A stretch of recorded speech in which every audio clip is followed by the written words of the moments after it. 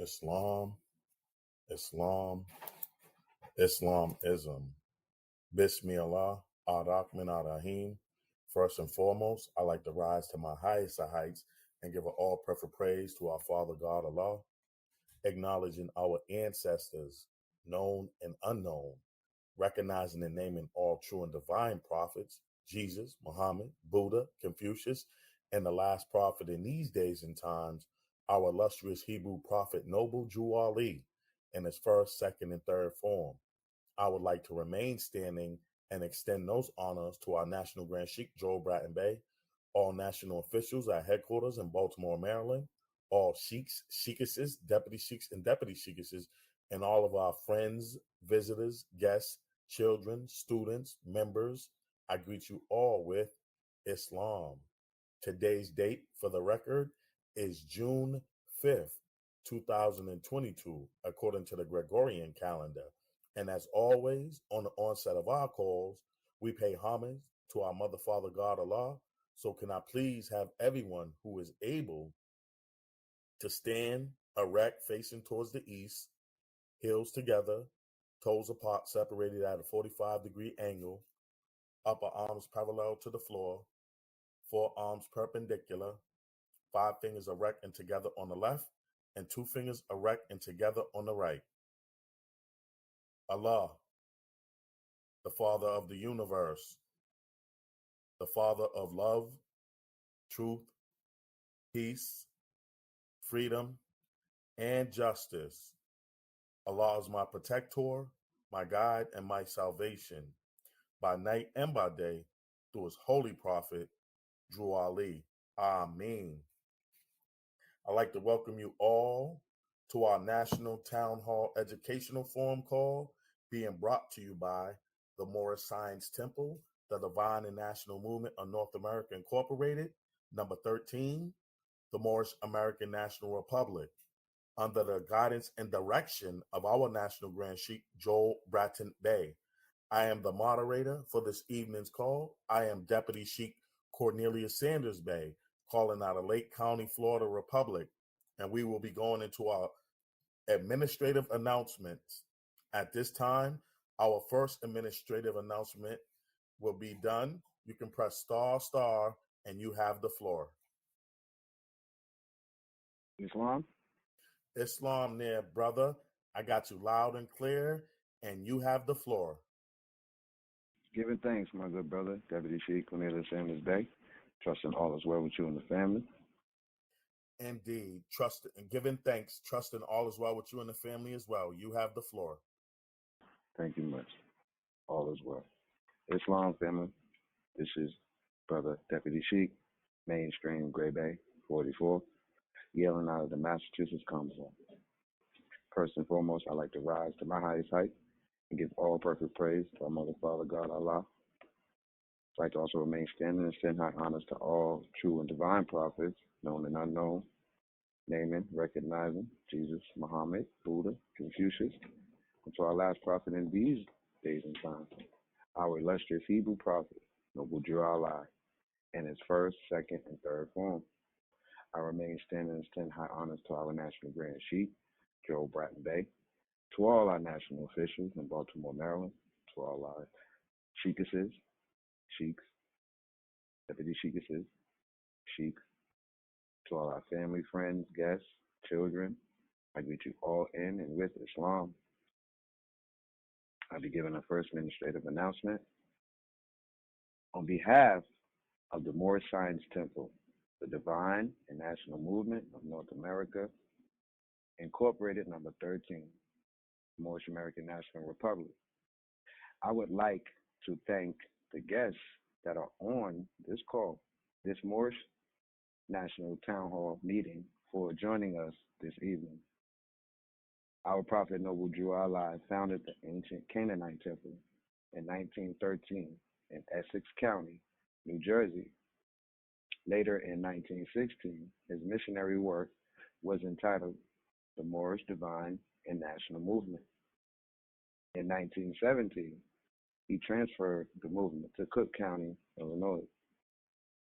In 1925, the temple was called the Moorish Temple of Science.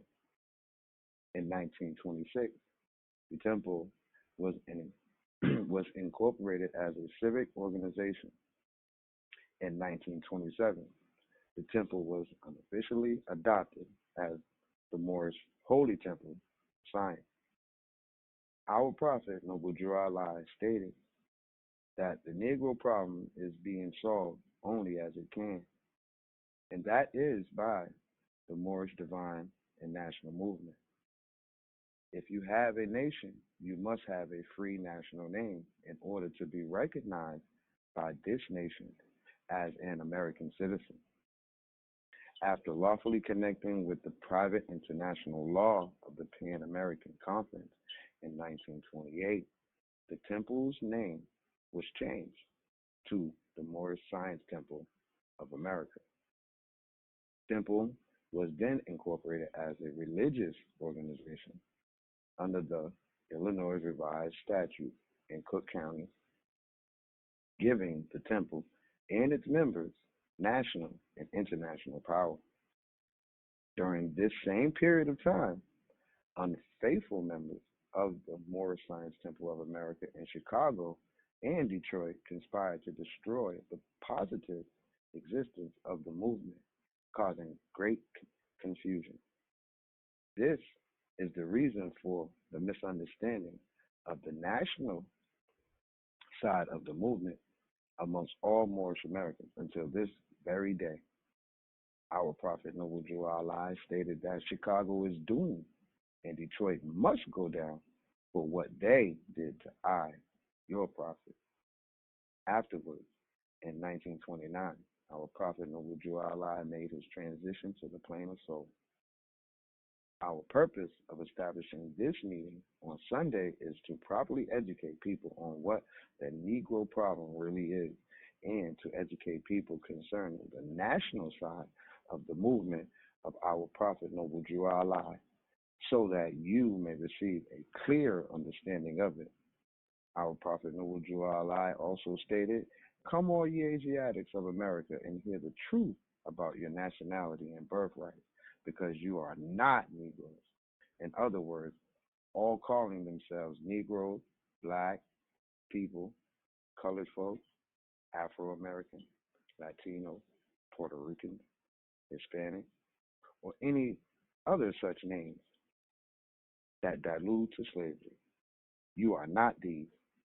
Your nationality has been taken away from you and your birthrights have been stolen from you by way of your original birth certificate, social security card, and your state ID/driver's license, which is why clear color copies, both front and back, from these is required from you when applying for Moorish American citizenship as you transform from your lower self to your higher self while working towards your actual freedom and becoming a free national Moorish American citizen. You have ignorantly contracted into the jurisdiction of the federal U.S. government corporation. Thus, your nationality is United States. You have surrendered your free national state citizenship by registering yourself voluntarily as a beneficiary of the U.S. government corporation by way of your birth certificate, which is an unrevealed trust account instrument placing you in commerce with the federal U.S. Federal U.S. citizens are not citizens at all. They are subjects and property of the District of Columbia, residents and franchisees of the so-called bankrupt U.S. government corporation under municipal law. The Constitution for the U period, S period, A period, the Bill of Rights, and the 13th Amendment with 20 sections does not apply to federal U.S. citizens. Federal U.S. citizens are subjects and property under statutory, admiralty, and maritime law, as well as martial law, under the undisclosed presumption of an international contract. Federal U.S. citizens have no constitutional protection or unalienable rights. They only have granted privileges by the U.S. government corporation. Legal person born or naturalized in the federal U.S. were made exclusively by the 14th Amendment after the Civil War. The 14th Amendment was never lawfully ratified and, therefore, unconstitutional. Our Prophet, Noble Drew Allah, held up the red flag with the five-pointed green star in the center, in his right hand, in his right hand. This is our national flag. It is poorly misunderstood as the flag of Morocco. It is properly comprehended as the Moorish flag. He also held up the 48 star flag of the U.S.A. in his left hand. This is our flag of peace, friendship, and commerce within the states of the Union under the Republican form of government in this country. The 50 star flag of the U.S. with gold fringes around it does not represent free national Moorish American citizens.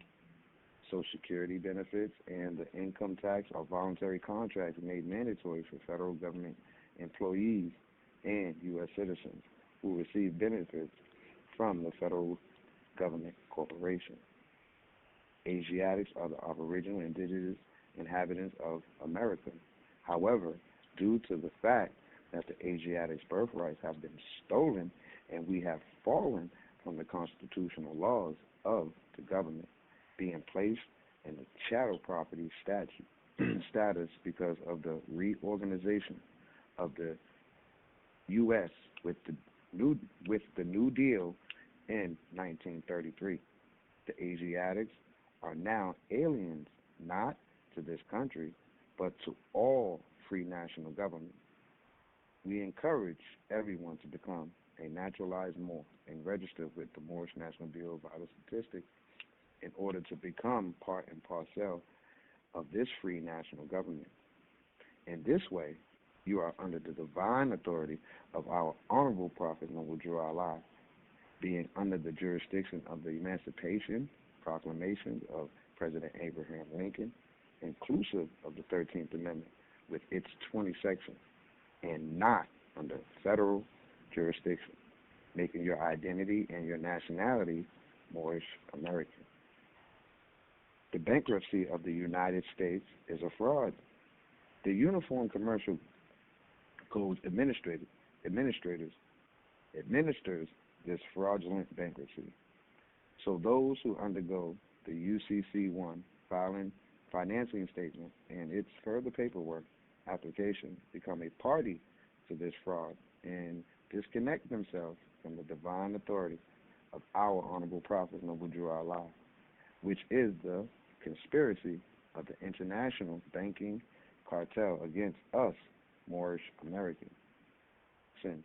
Also, having a seat in the United Nations is a trap.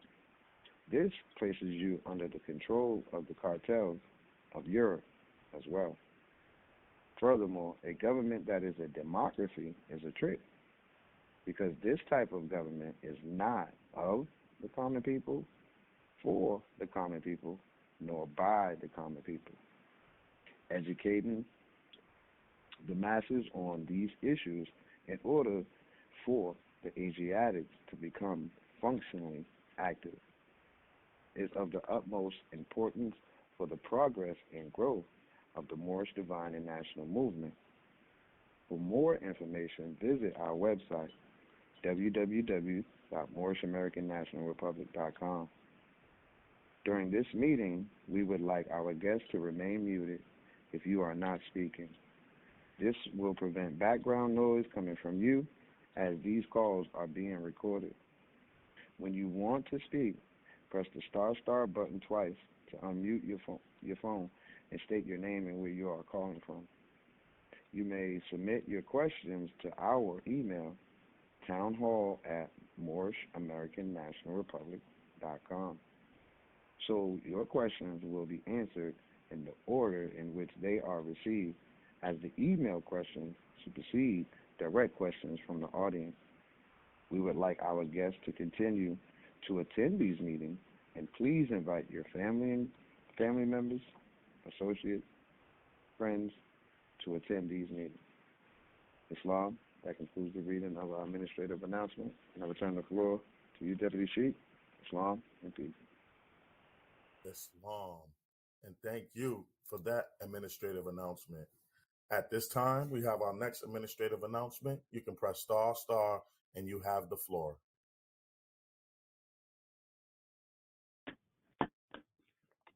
Islam, this is Deputy Sheik and Sister Ariana Candace Bay, calling from the Florida Republic. First, I would like to rise to my height, giving all perfect praise to Almighty Father God Allah, and giving honors to all the true and divine prophets, namely Jesus, Muhammed, Buddha, Confucius, and the last prophet in these days and times, our illustrious Hebrew prophet, Noble Ali, in his first, second, and third form. I would like to extend and extend this honors to our National Grand Chief, Joe Biden Bay, all national officials at headquarters in Baltimore, Maryland, all sheikhs, sheikesses, deputy sheikesses, and to all that are on the call. Islam. The Divine and National Movement of North America, Incorporated, number 13. The Moorish American National Republic expects the presence of all members and invites the public to join us every Sunday at 12 p.m. Eastern Standard Time for a Moorish Sunday class conference call. Please join us by calling 443-961-4434. All Moors currently naturalized through the Moorish American National Republic and who have not already done so are requested to forward an email to manrsundayschool@gmail.com. This will confirm your registration and allow you to receive your information packet. Please include the names of all children, their ages, birthdays, and school grades. Also, we are requesting that members send us family pictures for posting on the website. Pictures of Moorish family studying, playing, working, etc., and in unity. This is highly desirable. Please be advised that submission of your photo constitutes your permission to post. To submit your photo, send via email to sundayschool@moorishamericannationalrepublic.com. Again, the Moorish American National Republic Sunday School Conference call is at 12 p.m. Eastern Standard Time, and we invite the public to please join us by calling 443-961-4434. We had a wonderful and passionate class today. You can listen to today's class at www.moorishamericannationalrepublic.com. We look forward to exercising our five senses together with you, manifesting guidance for our nation. Islam and peace. Islam. And thank you for that administrative announcement. Our next administrative announcement, you can press star, star, and you have the floor. Islam, Brother Deputy Sheik Cornelius Candace Day, all is well. Islam, sister, all is truly well. Trusting all is well with you and the family. Your vibrations is loud and clear, and you have the floor. Islam, thank you much. Islam family, this is your sister, Deputy Sheikess Carla Green Eel from the Massachusetts Commonwealth. First, I rise to my highest heights and give all perfect praises to Allah. I give honors to all ancestors known and unknown, recognizing and naming all true and divine prophets, Jesus, Muhammed, Buddha, Confucius, and the last prophet in these days and times, our illustrious Hebrew prophet, Noble Ali, in his first, second, and third form. Extending honors to our National Grand Sheik, Joe Bratton Bay, all national and local officials, all sheiks, sheikesses, deputy sheikesses, all of our children, students, members, guests, and citizens, I greet you all with Islam. Please remain muted for this very important announcement. Peace and greetings. The Moorish Science Temple, the Divine and National Movement of North America, Incorporated, number 13, the Moorish American National Republic, requires from everyone desiring to proclaim their Moorish American nationality to fill out and complete an application for Moorish American citizenship and 3 course registration forms for each of the Moorish Lodge history courses, which I'll explain later. Many people question, why do we have to fill out paperwork and submit copies of our personal documents? This is the reason. We must know who you are, your background, previous affiliations, work history, physical abilities, education, skills, training, etc. First of all, these documents do not belong to you. They belong to the federal government. So you must remember that in their jurisdiction, You are an artificial corporation under civil rights and granted privileges. Secondly, we require these documents because once you are a free national Moorish American citizen, your file will be in the Moorish National Bureau of Vital Statistics, which is set up for each natural person. These Moorish documents that you'll be receiving at the time of your naturalization are prepared from these documents. The most important page in the application is the self-audit page. This allows you to make sure you know the appropriate attire to wear during naturalization and are submitting the required documents, fees, and photos. The documents must be clear-colored copies for clarity and authenticity. The photos must be passport size. We use the photos for your nationality and ID card. Please have your national and religious headdress on and write your name on the back of the photos.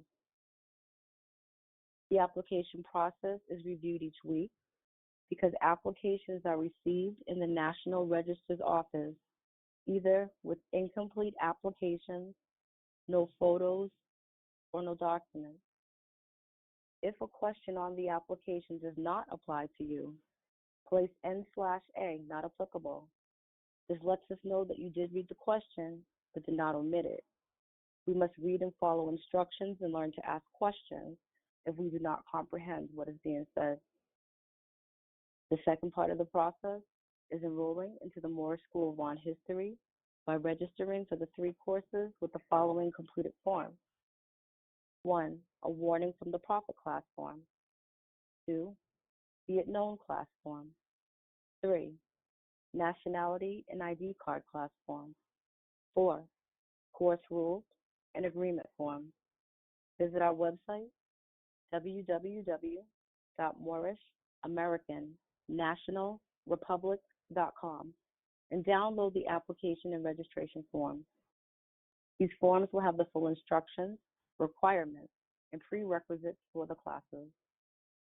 Also, mail your application and updated copy of your resume. You are not paying for your nationality. Your nationality is free of charge. You are paying for the cost of enrolling in the Moorish School of Law and History.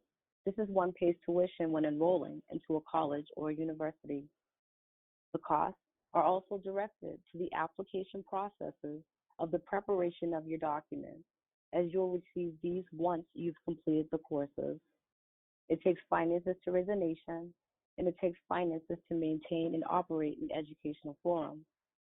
This concludes the administrative announcement by way of the Moorish School in Law and History. I return the floor to the moderator. Islam and peace. Islam. And thank you for that administrative announcement. Our next administrative announcement, you can press star, and you have the floor.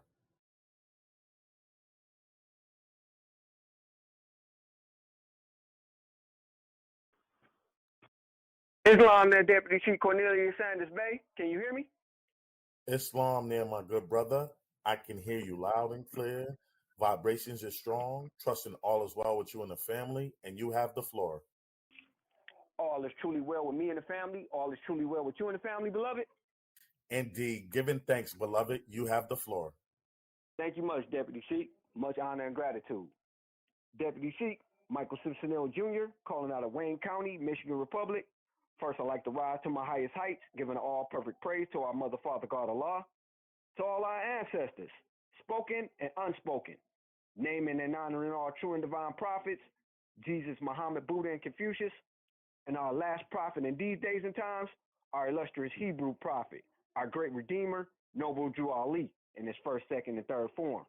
I also like to extend those honors to our headquarters in Baltimore, Maryland, Temple number 13, our National Grand Sheikh, Joe Bratton Bay, to all our national officials, sheiks, sheikesses, deputy sheiks, and deputy sheikesses, and to all our family, friends, guests, students, members, citizens, and to our illustrious future, our children, I greet you all with Islam.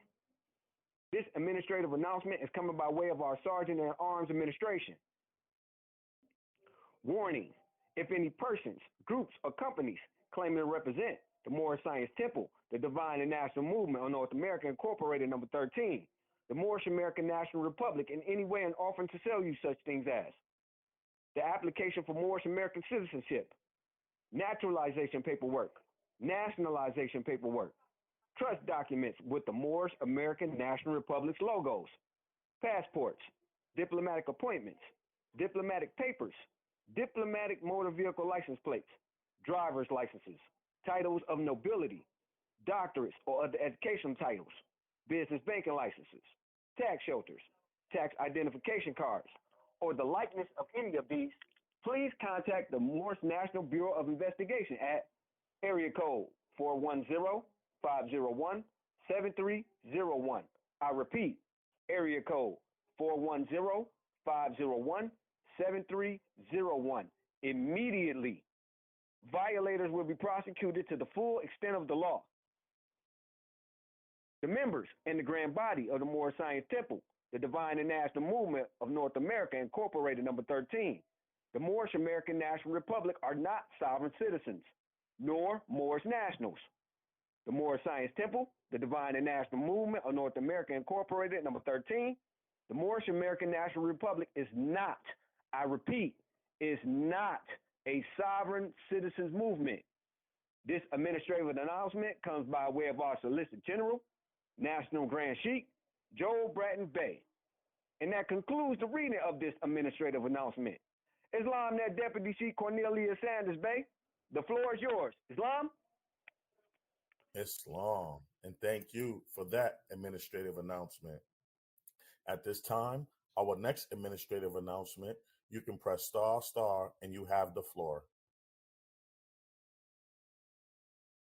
Islam Deputy Sheikh, delighted to hear all is well with you and the family.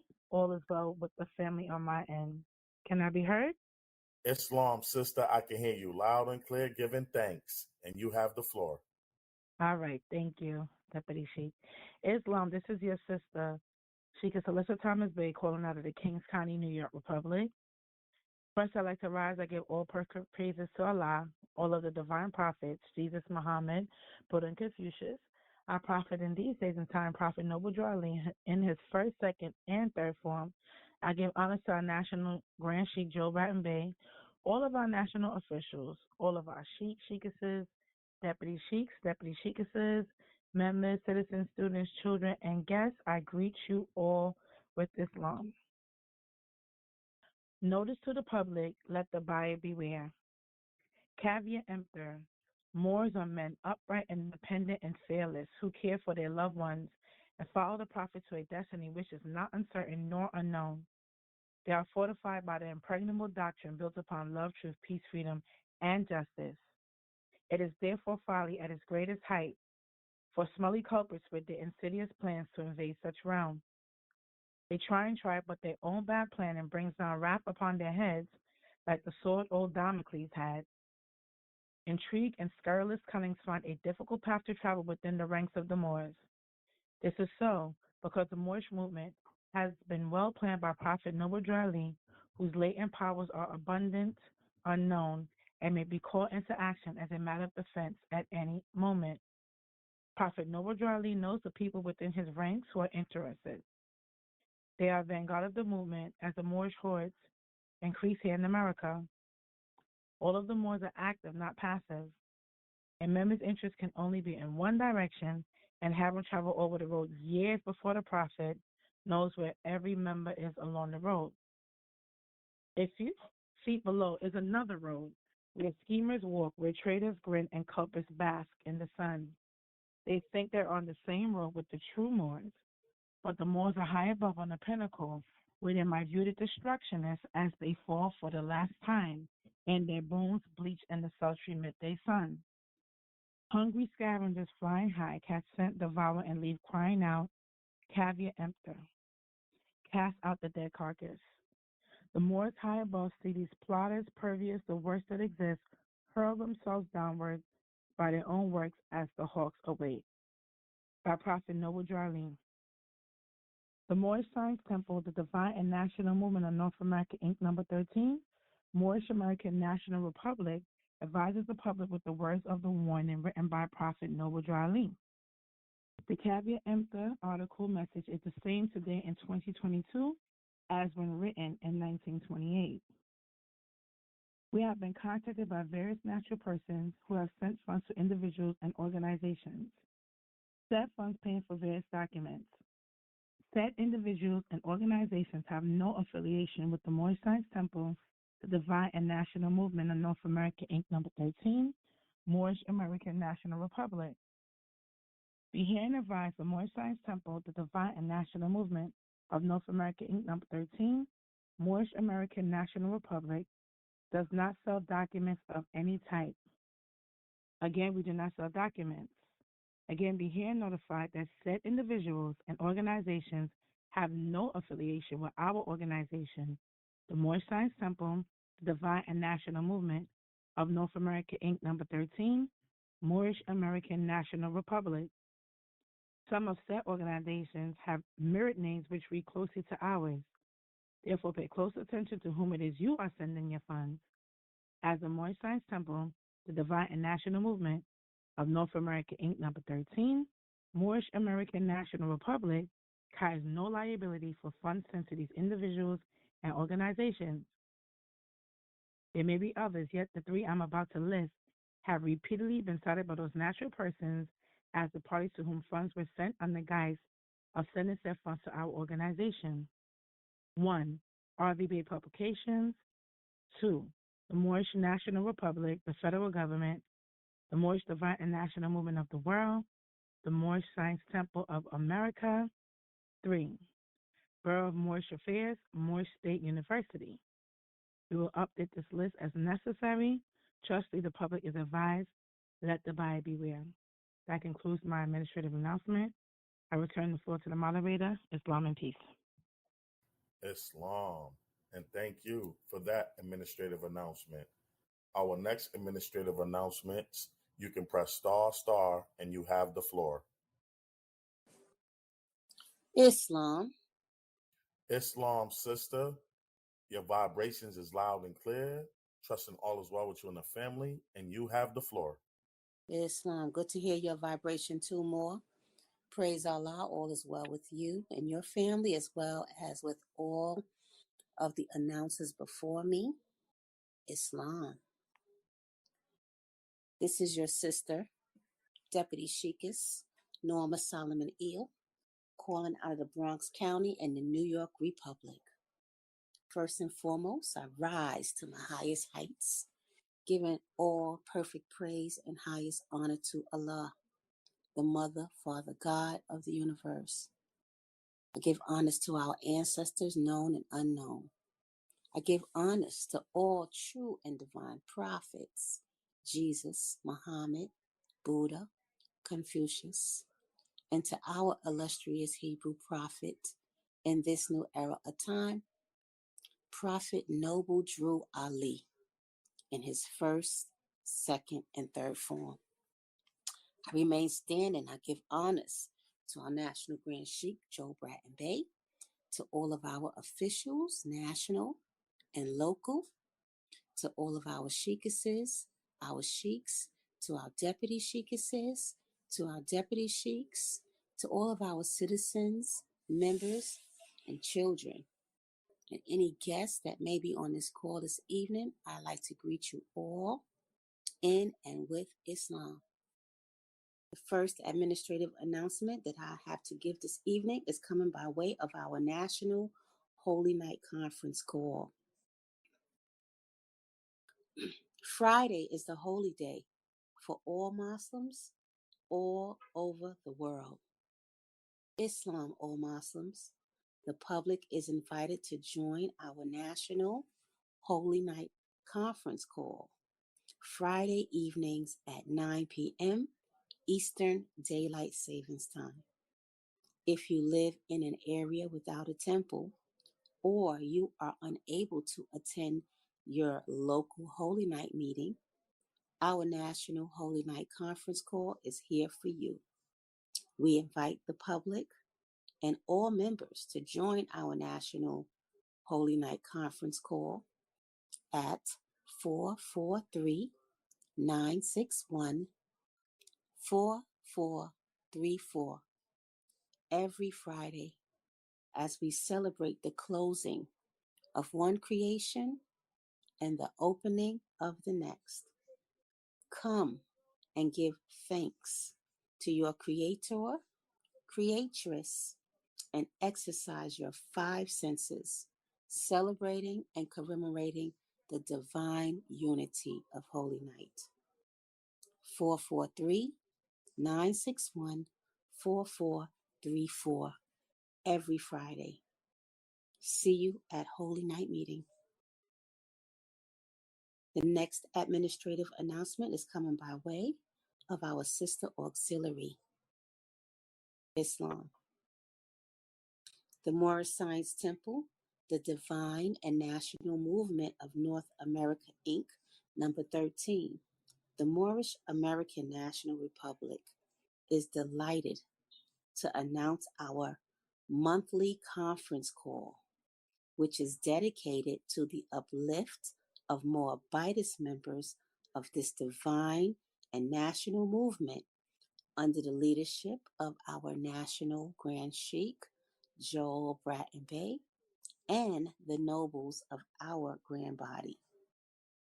Our conference call's purpose is to create a network system amongst our feminine energy, showcasing the array of talents we, the sisters in this body, have to offer.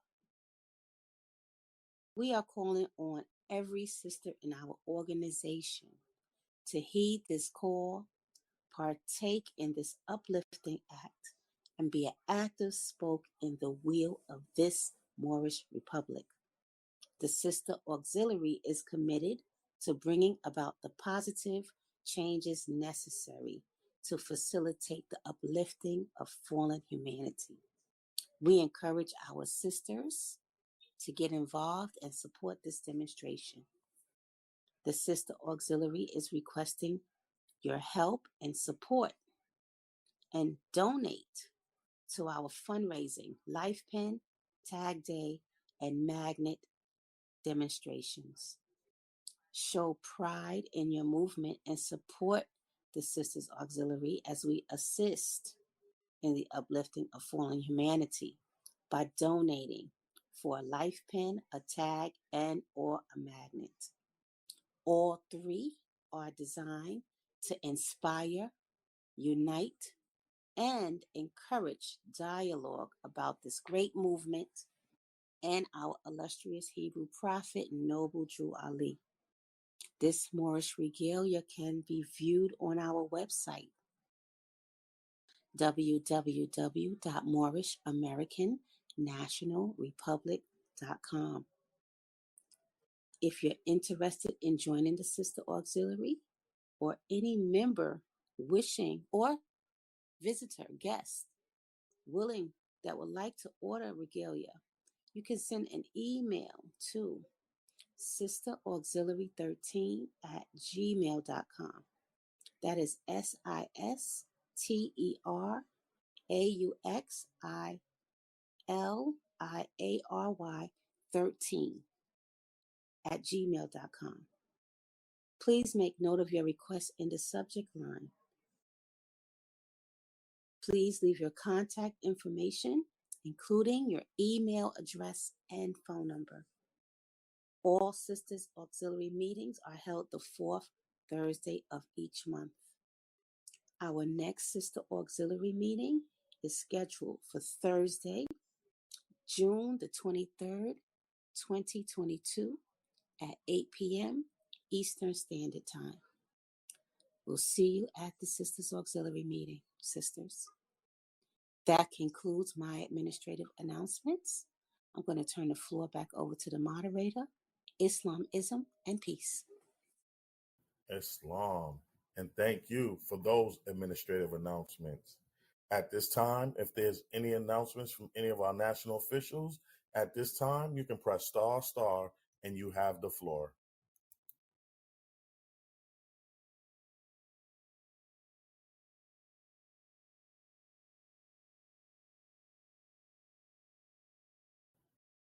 Islam.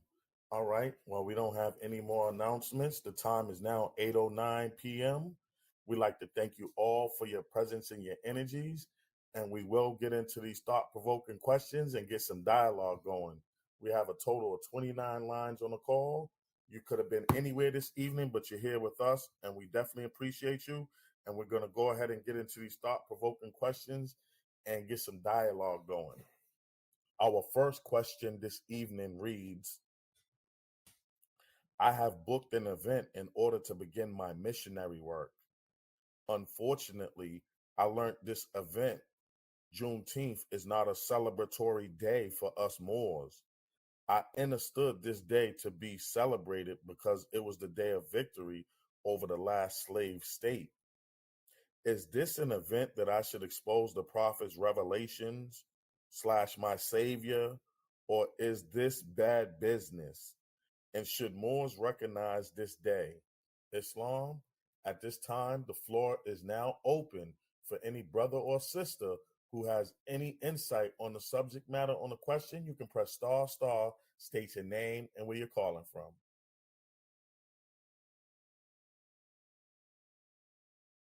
Islamism. Islam. Islam. Islam Sheikh Cook Bey, I'll bring you on right after the Deputy Sheikh. It's Islam? On point. Islam. Islam, Deputy Sheikh, you have the floor. Islam, and pardon self for that late reply. Islam family, this is just the Deputy Sheikah, Carla Green Eel from the National Commonwealth, re-rising to my highest height, giving all perfect praise to Allah. And gratitude for Sheikh Bay for yielding the floor. Islam. It's a very interesting question. And, a lot of times we as Moors, we ask that question to celebrate or not to celebrate, whatever holiday may come up. Sometimes it's just common sense, like Halloween, know yourself, we don't celebrate that. And then other times, because we've been indoctrinated by all of these merely ideas of man, we just don't know, and Juneteenth, now a federal holiday, so it's officially corporate and commercial, right? But what is the celebration about? Like, why do we have this holiday now? Some people call it a Freedom Day or Black Emancipation Day. I don't know. But what are the facts about it? Juneteenth celebrates or observes the notification of the January 1st, 1863 Emancipation Proclamation, which is the third proclamation of President Abraham Lincoln's executive will. It's four Emancipation Proclamations where he's establishing authority as president and commander-in-chief of the Army and Navy, and that the people still held in slavery in Galveston, Texas, were free. But the problem in Galveston, Texas, was that they didn't find out about this until about 2 years, 5 months after the fact. That emancipation of January 1st, 1863, is the fruition of the first emancipation, the initial Emancipation Proclamation, September 22nd, 1862. And in it, it says that on the first day of January, in the year of our Lord, 1863, all persons held as slaves within any state or designated part of a state, the people whereof shall then be in rebellion against the United States, shall be then, thenceforward, and forever free. And the executive government of the United States, including the military and naval authority thereof, will recognize and maintain the freedom of such persons, and will do no act or acts to repress such persons or any of them in any effort they may make for their actual freedom. So understanding that emancipation did not free all persons that were held as slaves only the states that were in rebellion against the United States at the time of the Civil War. However, this divine contract laid a foundation of what was to come. And by way of the 13th article with its 20 sections, which abolishes slavery nationwide. And it was ratified by three-fourths of the several states, November 18th, 1865, and made constitutional law, which is the law of the land. The first 7 articles of the U.S. Constitution, the Organic Free National Constitution, the Bill of Rights, the 4 Emancipation Proclamations of Abraham Lincoln, the 13th article with the 20 sections by way of the Hebrew law, Leviticus 25:10. So I would say that if your demonstration is tight, then speak on it. Let it be known the truth. And I would make speaking points. How, because you can't just talk and just jump in saying, you know, things. You kind of have to lay a foundation of how we got there. How we were stripped of our nationality in 1774 and branded Negro Black colored in 1779. How we can't be Negro Black and colored because we're made in the image and likeness of Allah. How we lost our connection to our God Allah, our religion, our creed, our birthright. The importance of nationality and our free national name, and that without it, we're outside of the constitutional fold and protections with no connection to our birthright and the land. The process of naturalization, how to get back and become true citizens again, again by the Hebrew law. Maybe colonization and compensation. I don't know, that might be too much. But some may comprehend and understand, agree, or even, have open ears to listen as you speak this truth, because people have never heard this before. You only hear that here. This is where you learn, go to the school, Moorish School of Law and History, and you learn all of these things. So some people may listen to you, then some people might think you're just crazy and insane. But definitely, show honor to our illustrious prophet, Hebrew prophet, Noble Jew Allah, because through him we come to this knowledge under his authority. Otherwise, how else will we know? And I return to the floor. Islam and peace. Islam. And thank you for that beautiful demonstration and getting the ball started, getting us rolling. Deputy Sheik is Carla Green Ill. Appreciate you much, beloved. Islam. You can press star star Sheik Cook Bay and you have the floor. Islam. Can I be heard? Islam Sheik, you can be heard loud and clear. You have the floor. Giving thanks, honorable world brother, Deputy Sheik Cornelius Sanders Bay, sending love to you and the royal family. We all good here over here as well. Love to all the family worldwide, internationally, no matter the situations we're going through. Love divine. And your brother Sheik Cook Bay, calling for the Republic. First on the rise to give all praise, our perfect praise to Allah, and reverence to the Mother, Father, God of the universe. Giving all honors to our true and divine prophets, those who speak of and those who don't, the seen and unseen. Let's name in a few: Jesus, Muhammad, Buddha, Confucius, and the last illustrious Hebrew prophet, the noble one, the green one, coming out of the order of Melchizedek, ancient Kemet adept, honorable prophet, noble Jew Ali, first, second, and third form. Extend those honors to the harbinger, John Marcus Messiah Garvey, our National Grand Sheik, Joe Bratton Bay, and all royal officials, all to Baltimore, Maryland, national, international. All sheikas and sheiks, the deputy sheiks and sheiks, children, guests, ancestors on the call, and all members and citizens and all spectators. This is your brother Sheik Cook Bay. Also want to extend honors to my royal sister, Deputy Sheikess Carla Green Ill. Always come with that fire and articulation of what's going on, giving thanks to the strength of the womb of man.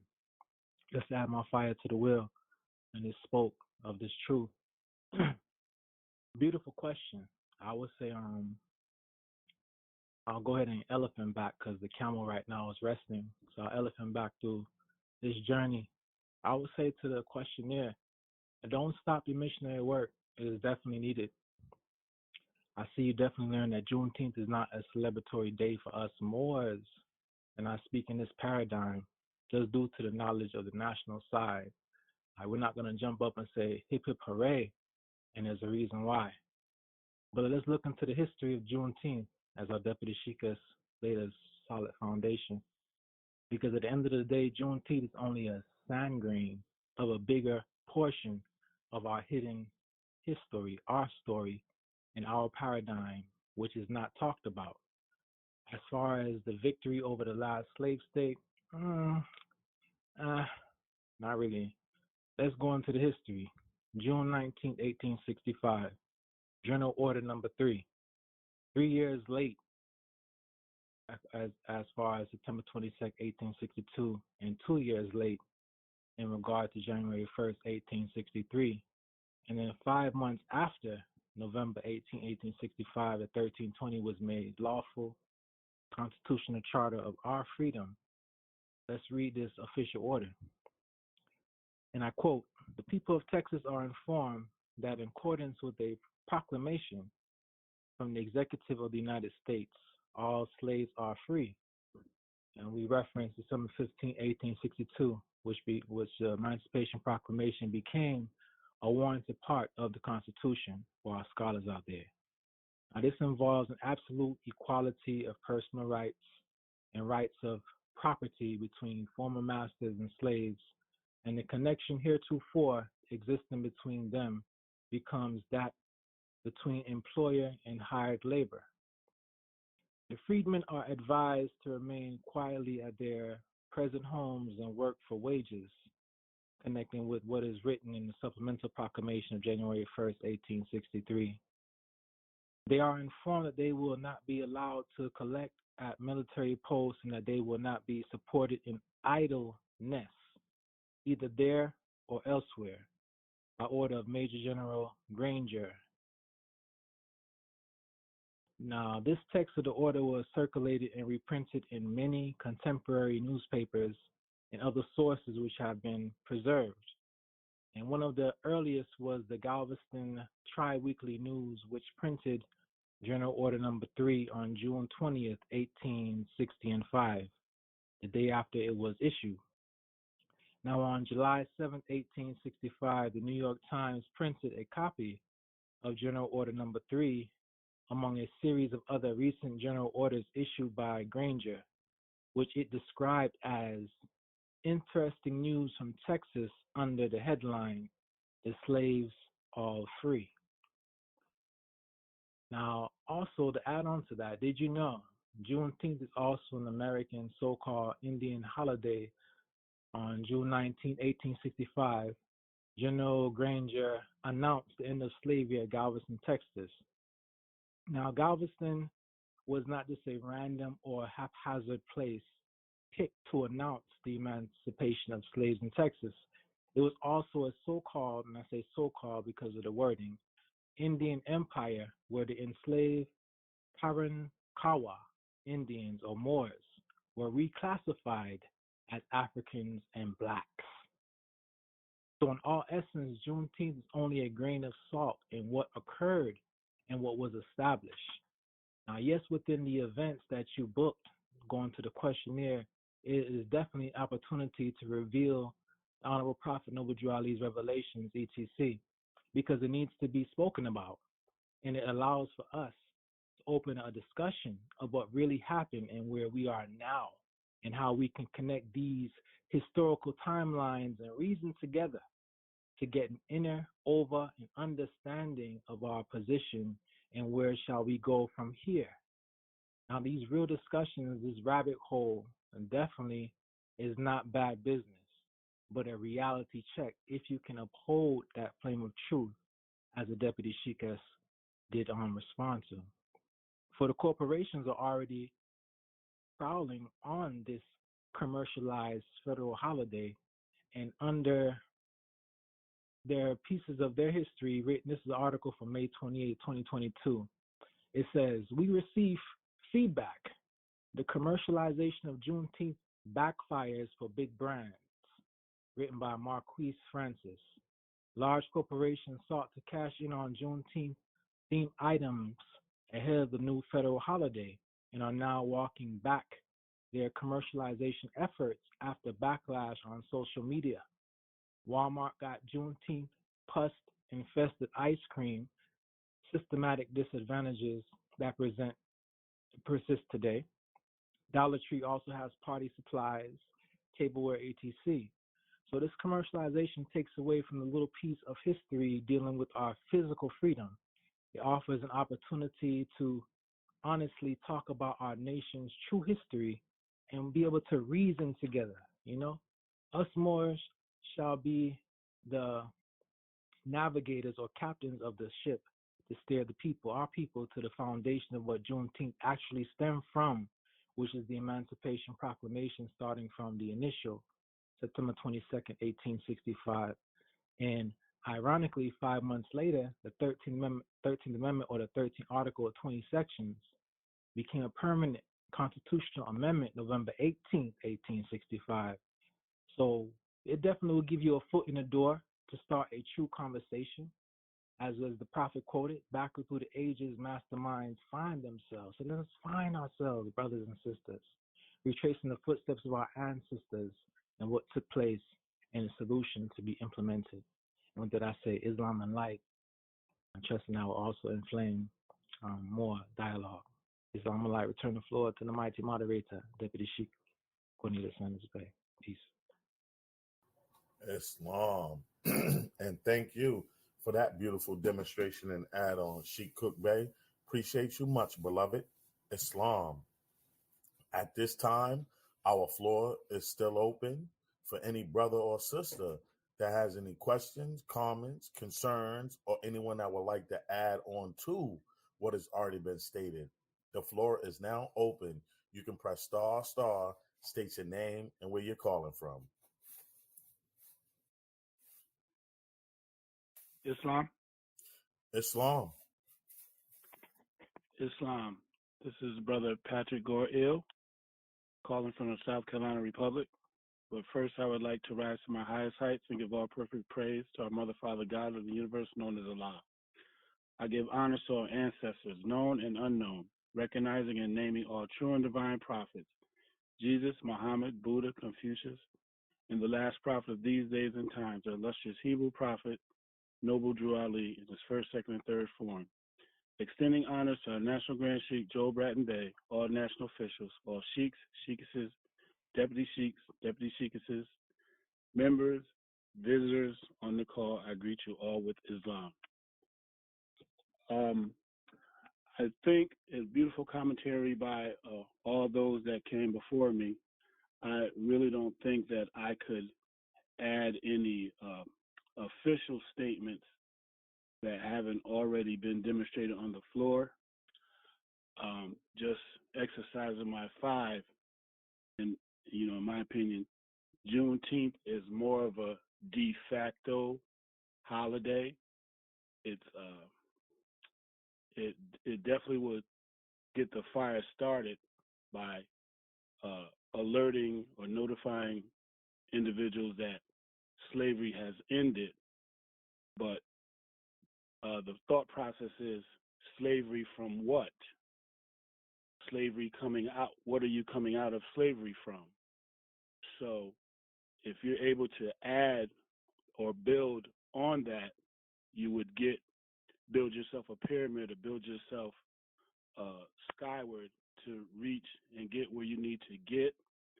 But technically, it's more of a de facto issuance, and it affects de facto people. But still, coming from or notifying people back then, it would get you to think and get you to wonder, coming out of slavery from what? And with that, I'll just end my commentary, return the call back to the moderator. Islam and peace. Islam. And thank you for that demonstration and add-on, my good brother, Patrick Gore-Ill. Appreciate you much, beloved. Islam. At this time, our floor is still open for any brother or sister who has any questions, comments, concerns, or anyone that would like to add on to what has already been stated. The floor is now open. You can press star, state your name and where you're calling from. Islam, there, Deputy Sheik. Islam, Sheikh, or Mbaye, I hear you loud and clear, trusting all is well with you and the family, and you have the floor. Islam, Islam, Islam. Yes, and appreciate you, my good brother, sending that love divine back to you and the royal family, Islam, and everyone on the call. Islam family, this is your good brother, Sheikh Isaiah Orton Bay, calling out of Wayne County, Michigan Republic.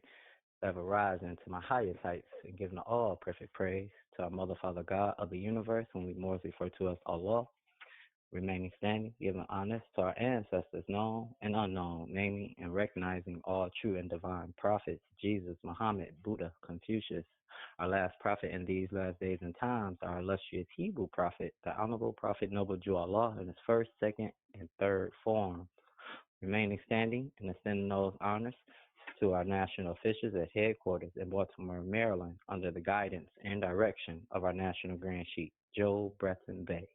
Giving all honors to all of our sheiks, sheikesses, deputy sheikesses, our citizens, our members, our family, our friends, our associates, sympathizers. I greet you all in the universal greeting of Islam, Islam, Islam. All right, Islam, Deputy Sheik, do you mind saying the question for me one more time? We have some great commentary. Indeed, Sheikh. The question reads, I have booked an event in order to begin my missionary work. Unfortunately, I learned this event, Juneteenth, is not a celebratory day for us Moors. I understood this day to be celebrated because it was the day of victory over the last slave state. Is this an event that I should expose the prophet's revelations / my savior, or is this bad business? And should Moors recognize this day? Islam? Islam. All right, beautiful question and beautiful commentary by everyone who spoke before me. Deputy Sheik is Color Green Ill, our good brother Sheik Cook Day, and someone else just spoke for himself. But all honors to everyone who just shared insight and reference to and brother Patrick Gore Ill, Islam. All right, well, it's a bad business. Like our National Grand Sheik, our master teacher, has taught us and say so many occasions, it's not about what you do, it's about how you do it. So only we can determine if it's bad business or not. So in reference to our question, should I use this as a moment to share about my revelations? I tell anyone that I'm speaking to when I'm in the midst of doing my missionary work, I tell anyone more science connects you to everything more than it differ or separates you from it. Remember, Prophet Noble Jew Ali brought us that circle 7, the circle, all right? Perfect symbol of man. So within that circle, Moors, we have the key to unlock these secret lessons. So this event is a great opportunity for us to do what? Share these secret lessons. See, as our National Grand Sheik Master Teacher teaches us, the man who control your habits control you. We see the propaganda of Juneteenth. Matter of fact, we just see some people in the process, some Europeans is in the process of getting it patent, Juneteenth. All right, so money, Moors, it's money. So we have to be that truth within that falsehood. So yes, we take this opportunity as a platform to do what? Connect the dots with what? These secret lessons, these divine and holy instructions that has been given to us. Majority, the masses, our people who's going to be in attendance in that event. You might have one or two that may heard of Prophet Noble Jew Ali, but you being there, All right, faithful. Acts 7, with the spirit of the prophet within you, that light is going to resonate within yourself. So what must we do? Research. See what this Juneteenth is about. Write out our plan. Remember our critical thinking. Who, what, when, where, why, how. We draw our plan and then we connect the dots. We see what they offer and we bring in the secret lessons. So again, Morris, and I commend the questioner who's going on to their missionary work to utilize these events. This is what we have to do, Morris. If we want to get Prophet Noble Drew Ali out there, we see propaganda now. He's not going to get commercialized. Why would oppressor commercialize your freedom? He got to keep you asleep. He got to keep you in tune to the program, the matrix. He got to keep you busy so you don't what? Take up your time for self to know what's truth and what's false. So again, I encourage all of our brothers and sisters when we do have events like this where it's forced upon our people to accept. It's our divine duty. Act 6, with us, all members must proclaim their nationality, and we are teaching. That's the missionary work. We're teaching our people their nationality. So all this ties in. Juneteenth. We can tie it right back into the foundation. Why? Because we have to shed that marvelous light. We have to be that genius citizen that stands up for the enforcement of the Constitution. All this connects, Morris. So by us studying our lessons, by us doing our due diligence within our research to have the maximums of truth, to bring these revelations to our people, yes, it's not bad business. It's great business. I commend you. Keep on doing it. And I encourage all my brothers and sisters, if you can, with these events, get our foot in the door. Just as on the national side, we got to sit down. We got to talk to the mayor of the city. We got to talk to the chief of the police. We got to talk to the chief judges. We have to put in the work, Morris. We can't expect Rome to come out with a commercial and try to commercialize the 13th Amendment with 20 sections. It's not going to take place, Morris.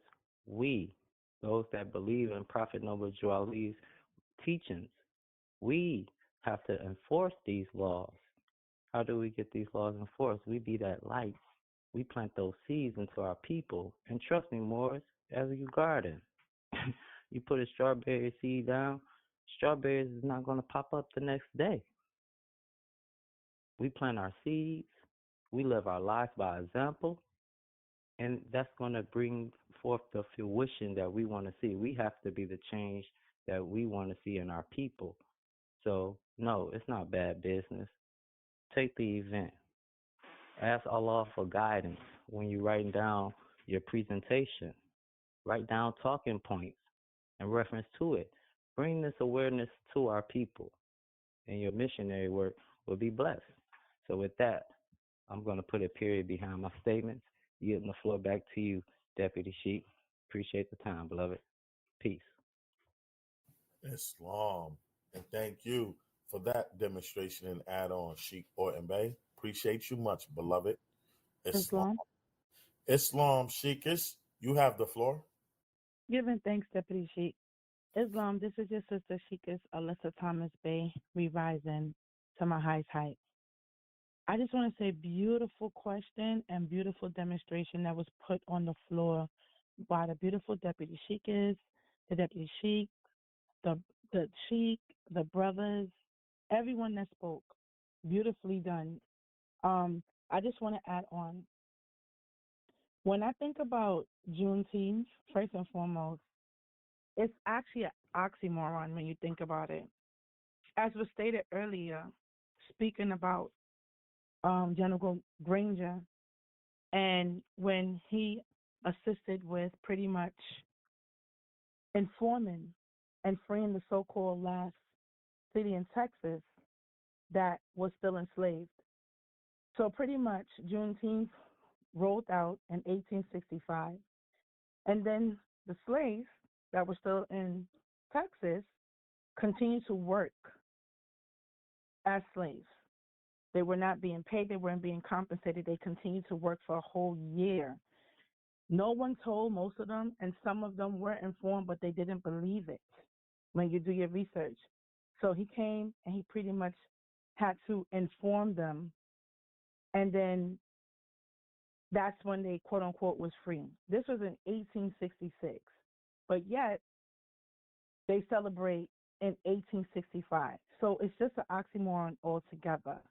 And when we deal with Juneteenth, we understand that it sparked from the original policy of freedom, which is from President Abraham Lincoln. And we know that that deals more with actual, tangible freedom, not only physical freedom, but freedom on paper. You're getting back into the constitutional fold of government. So we know that it stems from this policy of freedom. So, of course, I would encourage you to go out there and educate our brothers and sisters about where this actually stems from, the greatness that it comes from. It comes from a source. And it's very important to understand the source and how that source will actually bring about true change and true freedom. When we think about Juneteenth, right, it also deals with, strongly pumps this idea of racial equality, right? They focus more on racial equality. We know dealing with being Moorish Americans, there's only one race, the human race, and there's two divisions. You have Asiatics and the quote unquote Europeans, right? But when you look at racial equality, right? When you look at the meaning, it says it deals with when institutions such as schools provide equal opportunities to individuals of all races, regardless of their physical traits, such as skin color, quote unquote. Historically, and particularly at educational institutions, attaining equality for ethnic minorities has not been easy. So when you think about that definition, that sounds like a straight up granted privilege to me. When you are naturalized and dealing with President Abraham Lincoln's policy of freedom, there's so many provisions in that policy of freedom. We know it deals with protection, compensation, colonization.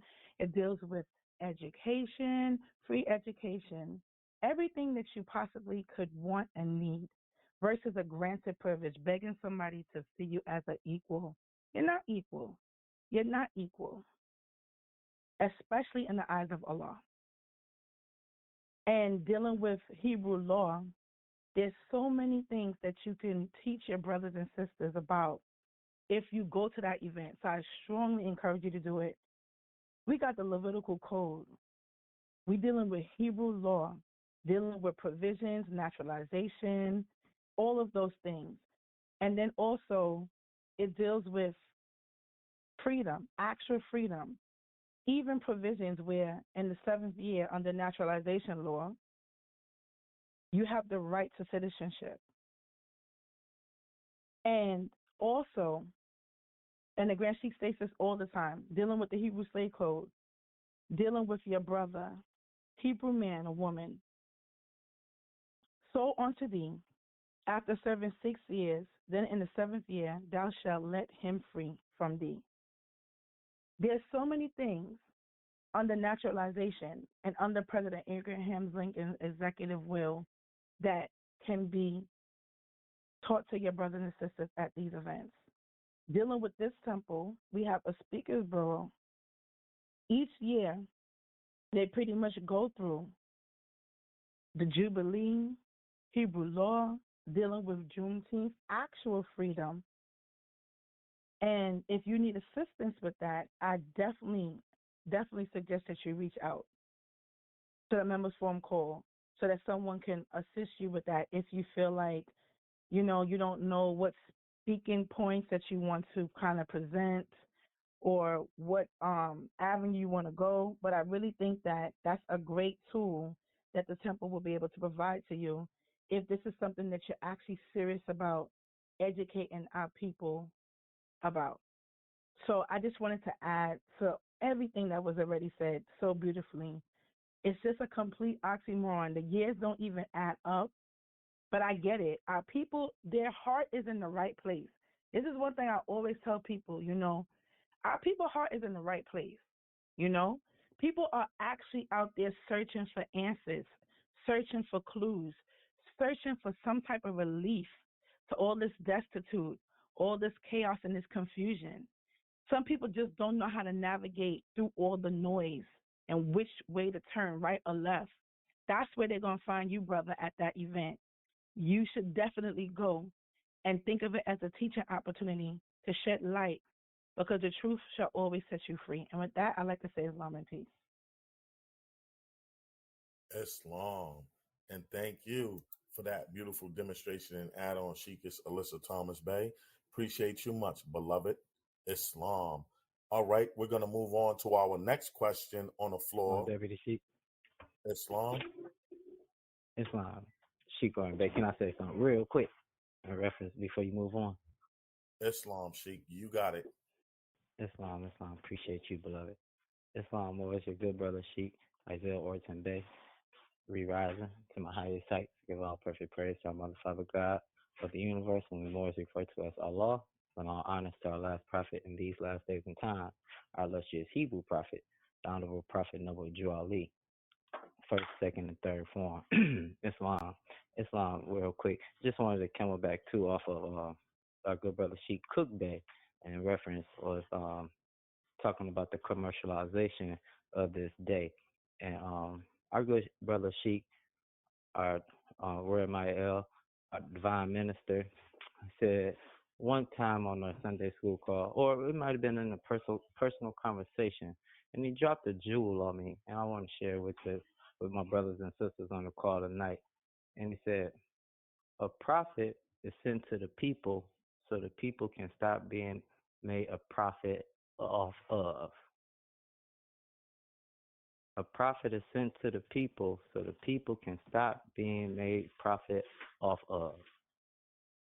And that's key, Moors, because when we understand what our prophet Noble Drew Ali did August 1st at 1928 at 2:52 p.m., all of these other nations who had this idea of what they wanted to do with the Asiatics in North America, everybody had their money in the pot.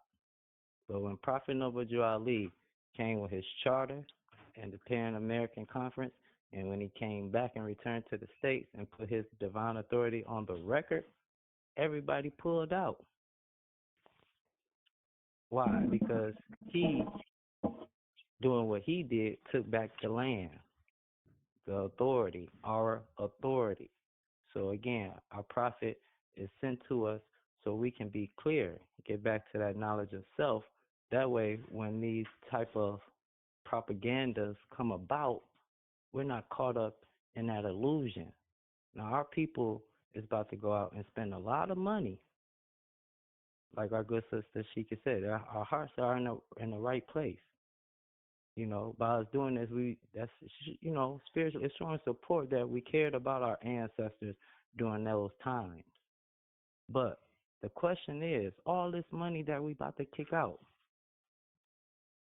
our brothers and sisters that's under the psychosis, all this money that's about to go into this corporate arena, how much percentage of that is going to come back into our community? That's what we should be asking ourselves. If this got something to do with us and pertaining to us, how much of this is going to come back to us? We're going to support it. We're going to buy that ice cream. We're going to do it. But this money that we about to give to this corporation, how much of it is going to come back to your community? Now think about our communities. I'm here in Detroit. There's so many local schools, Detroit schools just shut down.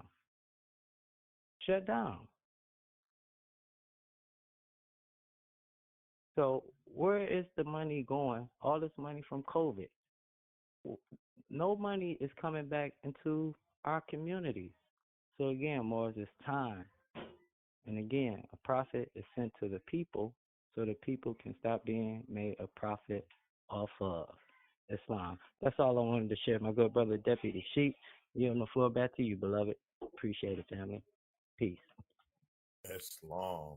And thank you for that add on, Sheik Orton Bay. Appreciate you much, beloved. All right, we'll be moving on to our second question on the floor this evening, which reads, how does the 13th Amendment with 20 sections affect the mislabeled Moors known as negroes, blacks, etc., in other places besides North America, e.g., the Caribbean islands, Central and South America, Africa, Islam? The floor is now open for any brother or sister who has any insight on the subject matter of the question on the floor at this time. You can press star, state your name and where you're calling from. Islamism, fire blaze. Let's keep it moving. Islam, Sheikh Cook Bay, and you have the floor. Yes. Give thanks to Brother Sheikh Cook Bay once again, keeping the fire rolling. We rising to my highest heights. Honor all seen and unseen ancestors, known and unknown. Honor all elders. Words of my mouth and meditation might be acceptable in the sight.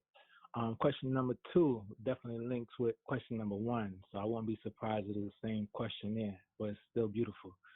Cutting and clearing. Now, the 1320, or the 13th Article 20 sections, is definitely the Constitutional Charter of Freedom.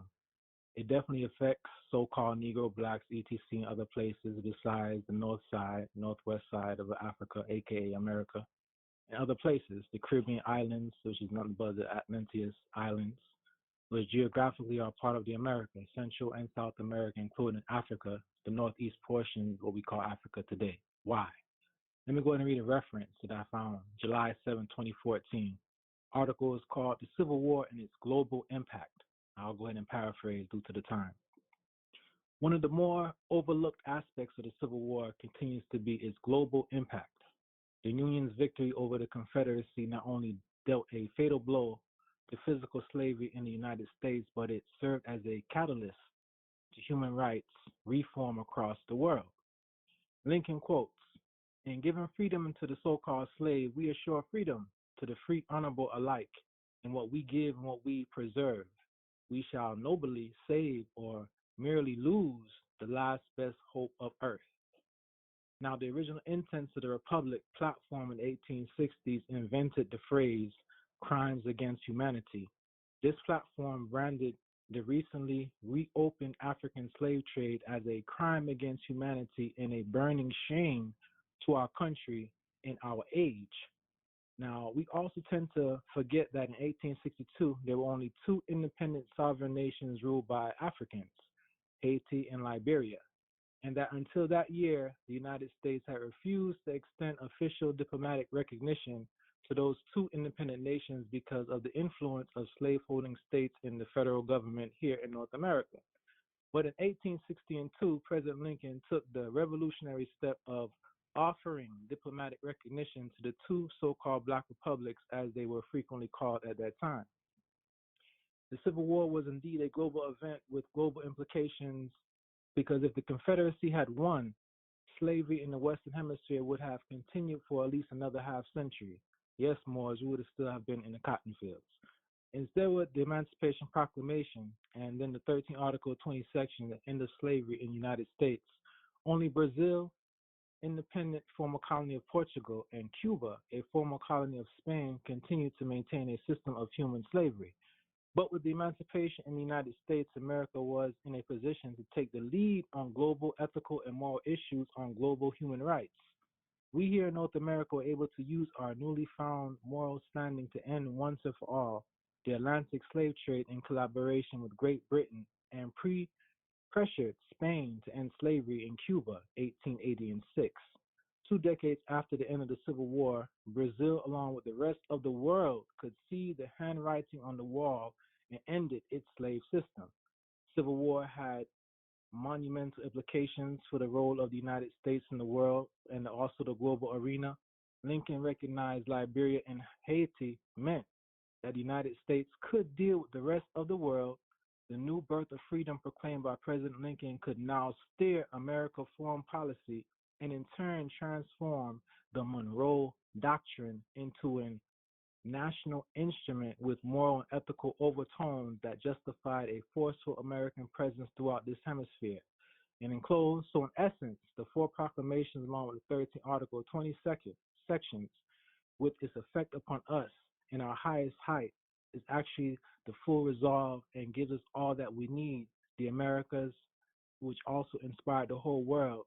These proclamations of freedom, along with the 13th Article, 20 sections, was set by Allah to bring harmony back forward, or forward, not back, forward ever, backward never, to the South and North and the Union and the world on what was just. Islam and light. I turn the floor to the mighty moderator. Islam. And thank you for that beautiful demonstration, my good brother, Sheikh Cook Bay, getting the ball started, getting us rolling. Appreciate you much, beloved. Islam. At this time, if there's any brother or sister who has any questions, comments, concerns, or anyone that would like to add on to what has already been stated, the floor is now open. You can press star, state your name and where you're calling from. Beautiful, beautiful questions and beautiful commentary. We have a total of 42 lines on the call at the moment. We'd like to thank you all for your presence and your energies. But at this time, if there's any brother or sister who has any questions, comments, concerns, or anyone that would like to add on to, the floor is now open. You can press star, state your name and where you're calling from. Islam? Islam Sheikh Roy Bey, you have the floor. Thanks, brother. I'll be very brief. First, I rise to my highest heights and give praise to Allah, the great God of the universe, who is almighty, eternal, and incomprehensible, the universal governor of this world seen and worlds that are unseen. I give honors to John the Harbinger, also known to us as the Honorable Marcus Mosiah Garvey, both harbinger and forerunner to the Prophet Noble Drew Ali. I give honor to all true and divine prophets, naming Jesus, Muhammed, Buddha, and Confucius. Honor to all the Asiatic Moors on the call tonight.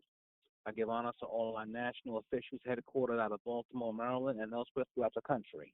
I give honor to our National Grand Sheikh, Brother Joe Bratton Bey, the highest of which the Prophet Noble Drew Ali, and the first, second, and third form. Deputy Sheikh Cornelius Sanders Bey. I have no actual statement regarding the question, but I just want to give high honors to Brother Sheikh Cook Bey for that powerful read just now. That was awesome. Well received and awesome information right on time for tonight's question on the floor. So I give honor to that brother, and of course honor to all the other Moors who spoke tonight and participated in tonight's question on the floor. But I wanted to give special recognition tonight to Brother Sheikh Cook Bey. Islam, I yield the floor in peace. Islam. And thank you for that very, very special brief acknowledgement to the brothers and sisters. Islam. Thank you much, Sheikh. All right. At this time, our floor is still open for any brother or sister who has any questions, comments, concerns, or anyone that would like to add on to what has already been stated. The floor is now open. You can press star, state your name and where you're calling from.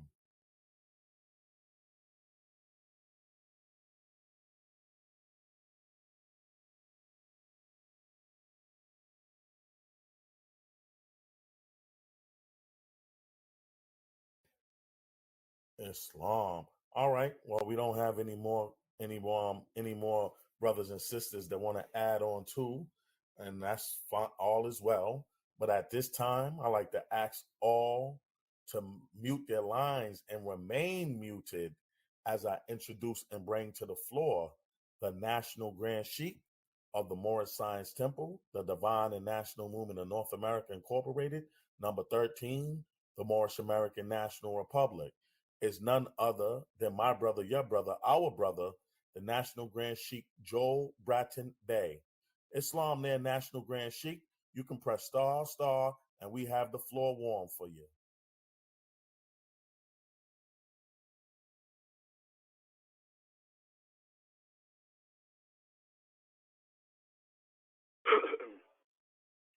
Islam, Islam, Islam. Thank you, my noble brother. Glad to hear your vibration and everyone else. Well, Mose, it's a good day. And,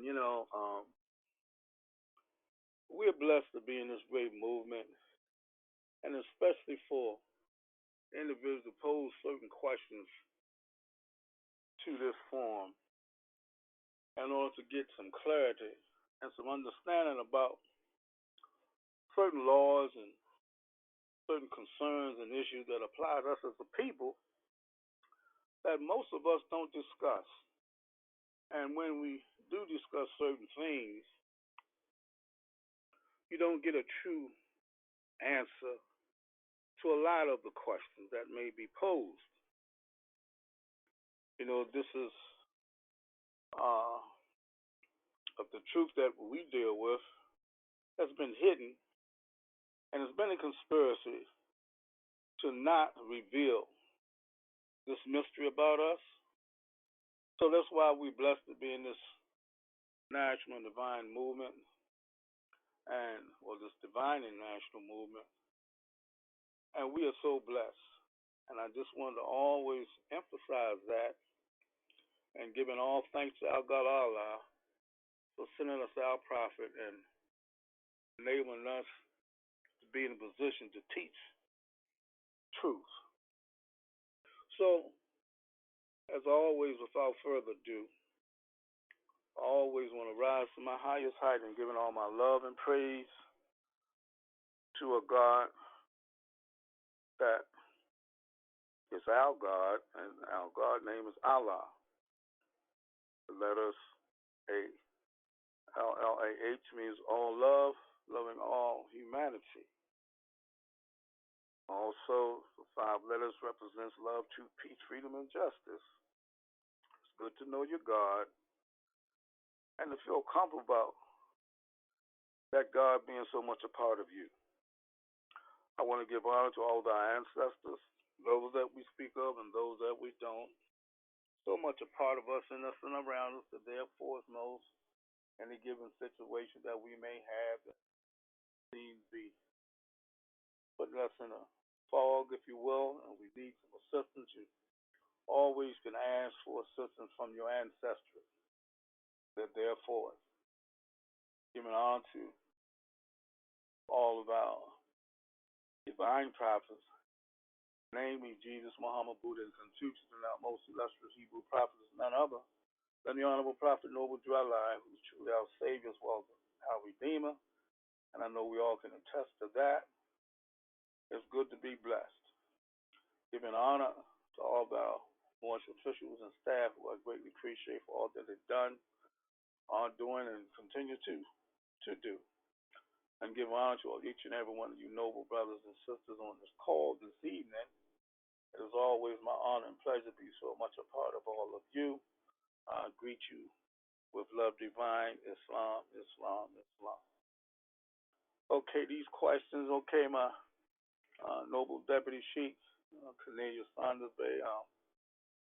Let's hit the floor with this last question, and let me just bring my spoke to the wheel pertaining to what our noble brothers and sisters have already demonstrated on. Islamo.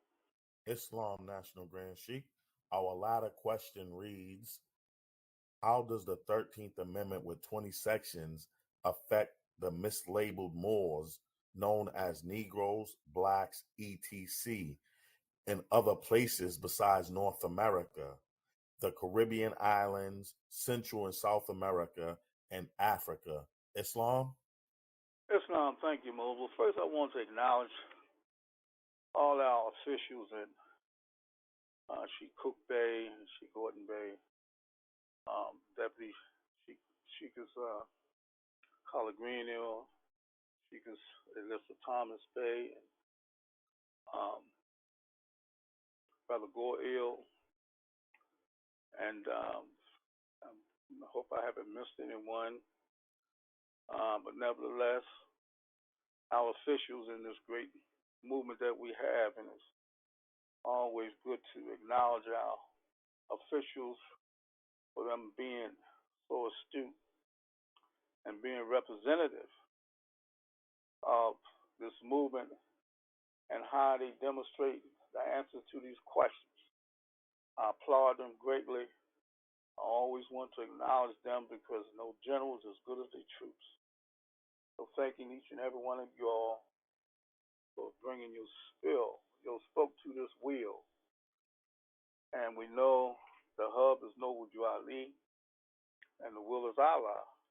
But we're bringing our spoke to keep this truth moving. Because that's what it is. This is a movement, and a movement is always good for improvement. So dealing with this question, first of all, um, you know, we as a free people, we just don't know the laws that freed us.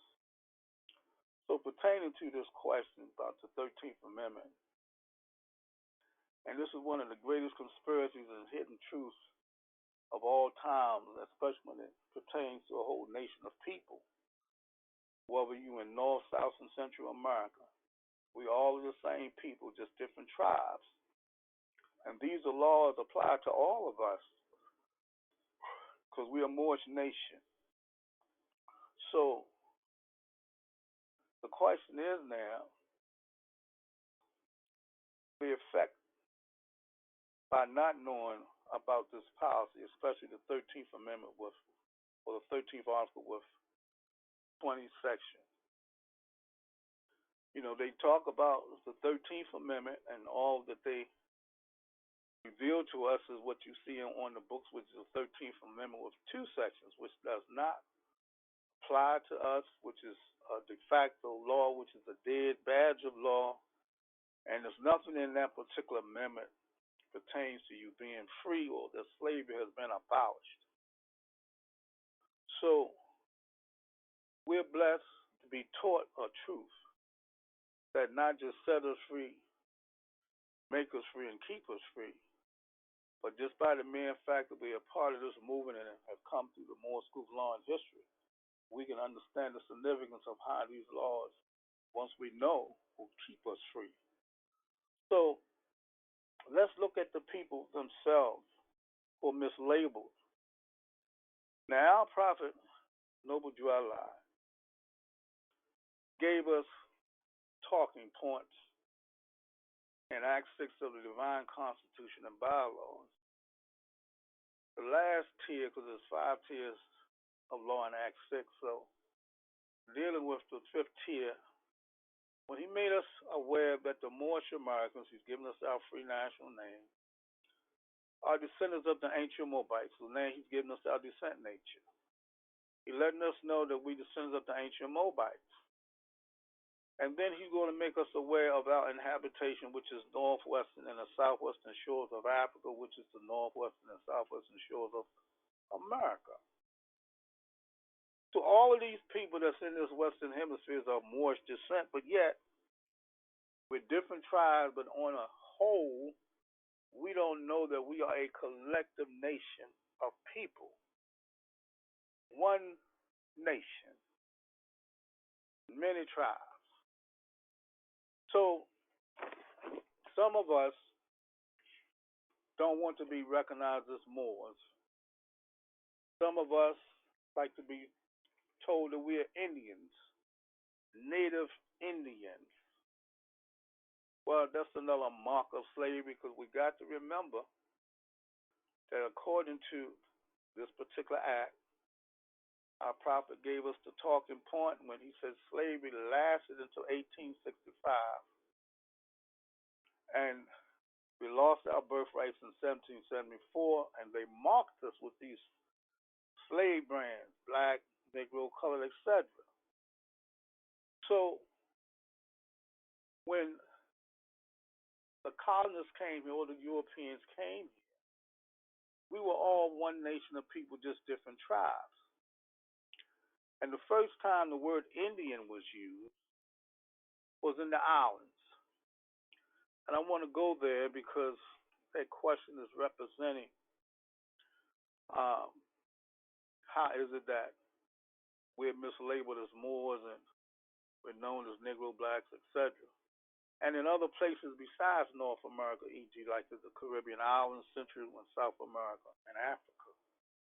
So let's see what happened on why we're so discombobulated with what this man has falsely indoctrinated us with.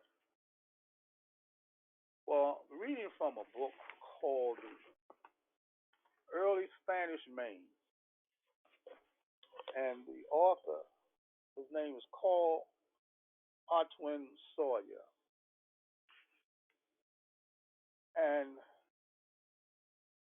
this is a classic account of the land, the nature, people that Columbus encountered in the Americas. So let's see what he's saying.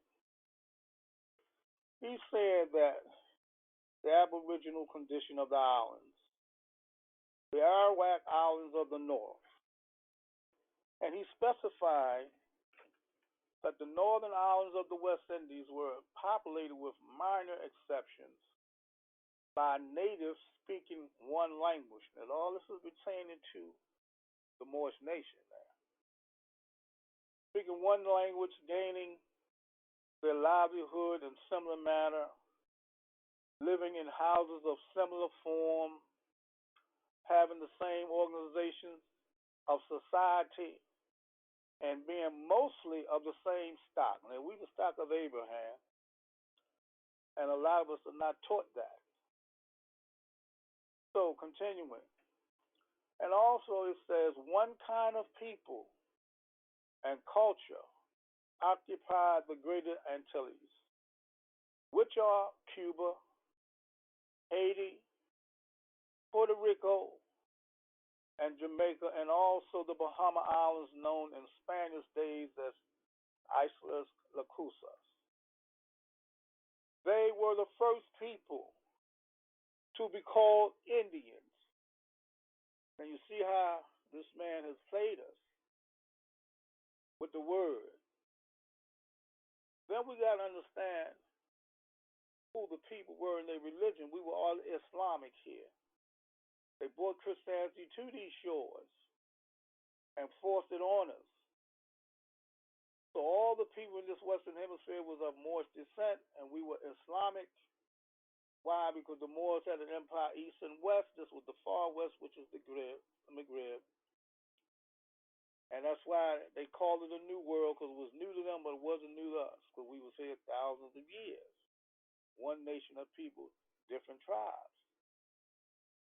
So, continuing, it says, and this was the only name by which they were known to the Spaniards, and evidence of their common qualities. They were the northernmost Arawaks, separated from their Southern American kindred by the Caribs of the Lesser Antilles.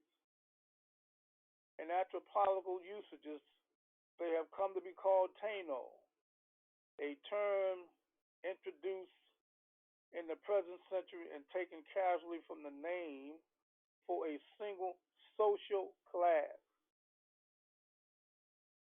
And he was designating this, therefore, by using the preferable designation island Arawaks for the natives of this northern cluster of islands. So you see how that term Indian came into existence. So, even more so, when you deal with the Book of Secrets, which is our Circle 7, chapter 45. So see, this is the Book of Secrets. It's all about us as a people. And you're not going to be taught this in this man's schools of education. It's not. to his advantage to wake us up, to teach us about self. Why the prophet had to come to break the Roman seal to reveal this truth. So when you review chapter 45, it's called the divine origin of the Asiatic nation. And the first sentence says, the fallen sons and daughters of the Asiatic nations of North America need to learn to love instead of hate. Why is that? Because you don't come into this world hating anybody. Somebody got to teach you to hate. And to know of their higher self and lower self. Well, your higher self is the house of the gods where you come from. Your lower self is these derogatory, dehumanizing names that they placed on us, black, negro, colored. That's your lower self. It's a great sin. So our prophet is making us aware that we have to unite under the Holy Koran of Mecca and to teach and instruct all Moorish Americans etc. He made us aware that the key of civilization was and is in the hands of the Asiatic nation. He made us aware that the Moors, who were the ancient Moabites and the founders of the holy city of Mecca. So fast forwarding and going down into Ayat 6, he said the Colombian, let me just read it all.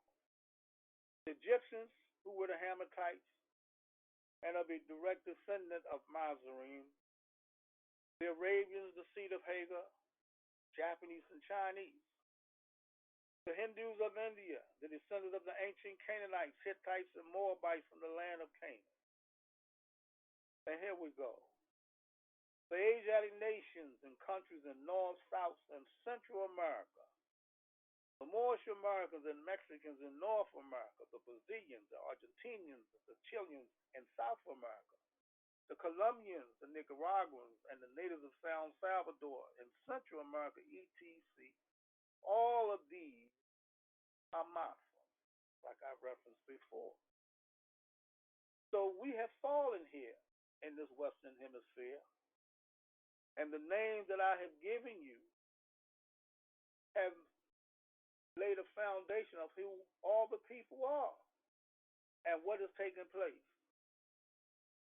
So, by the question being posed as it is, we have to understand that we're one people, one nation, one government, one flag. So, when they freed us, according to the 13th article with 20 sections, they debated the whole slavery issue on March 31st, 1864 in the Senate. They don't teach this. And they made reference to that this was being correlated according to common law.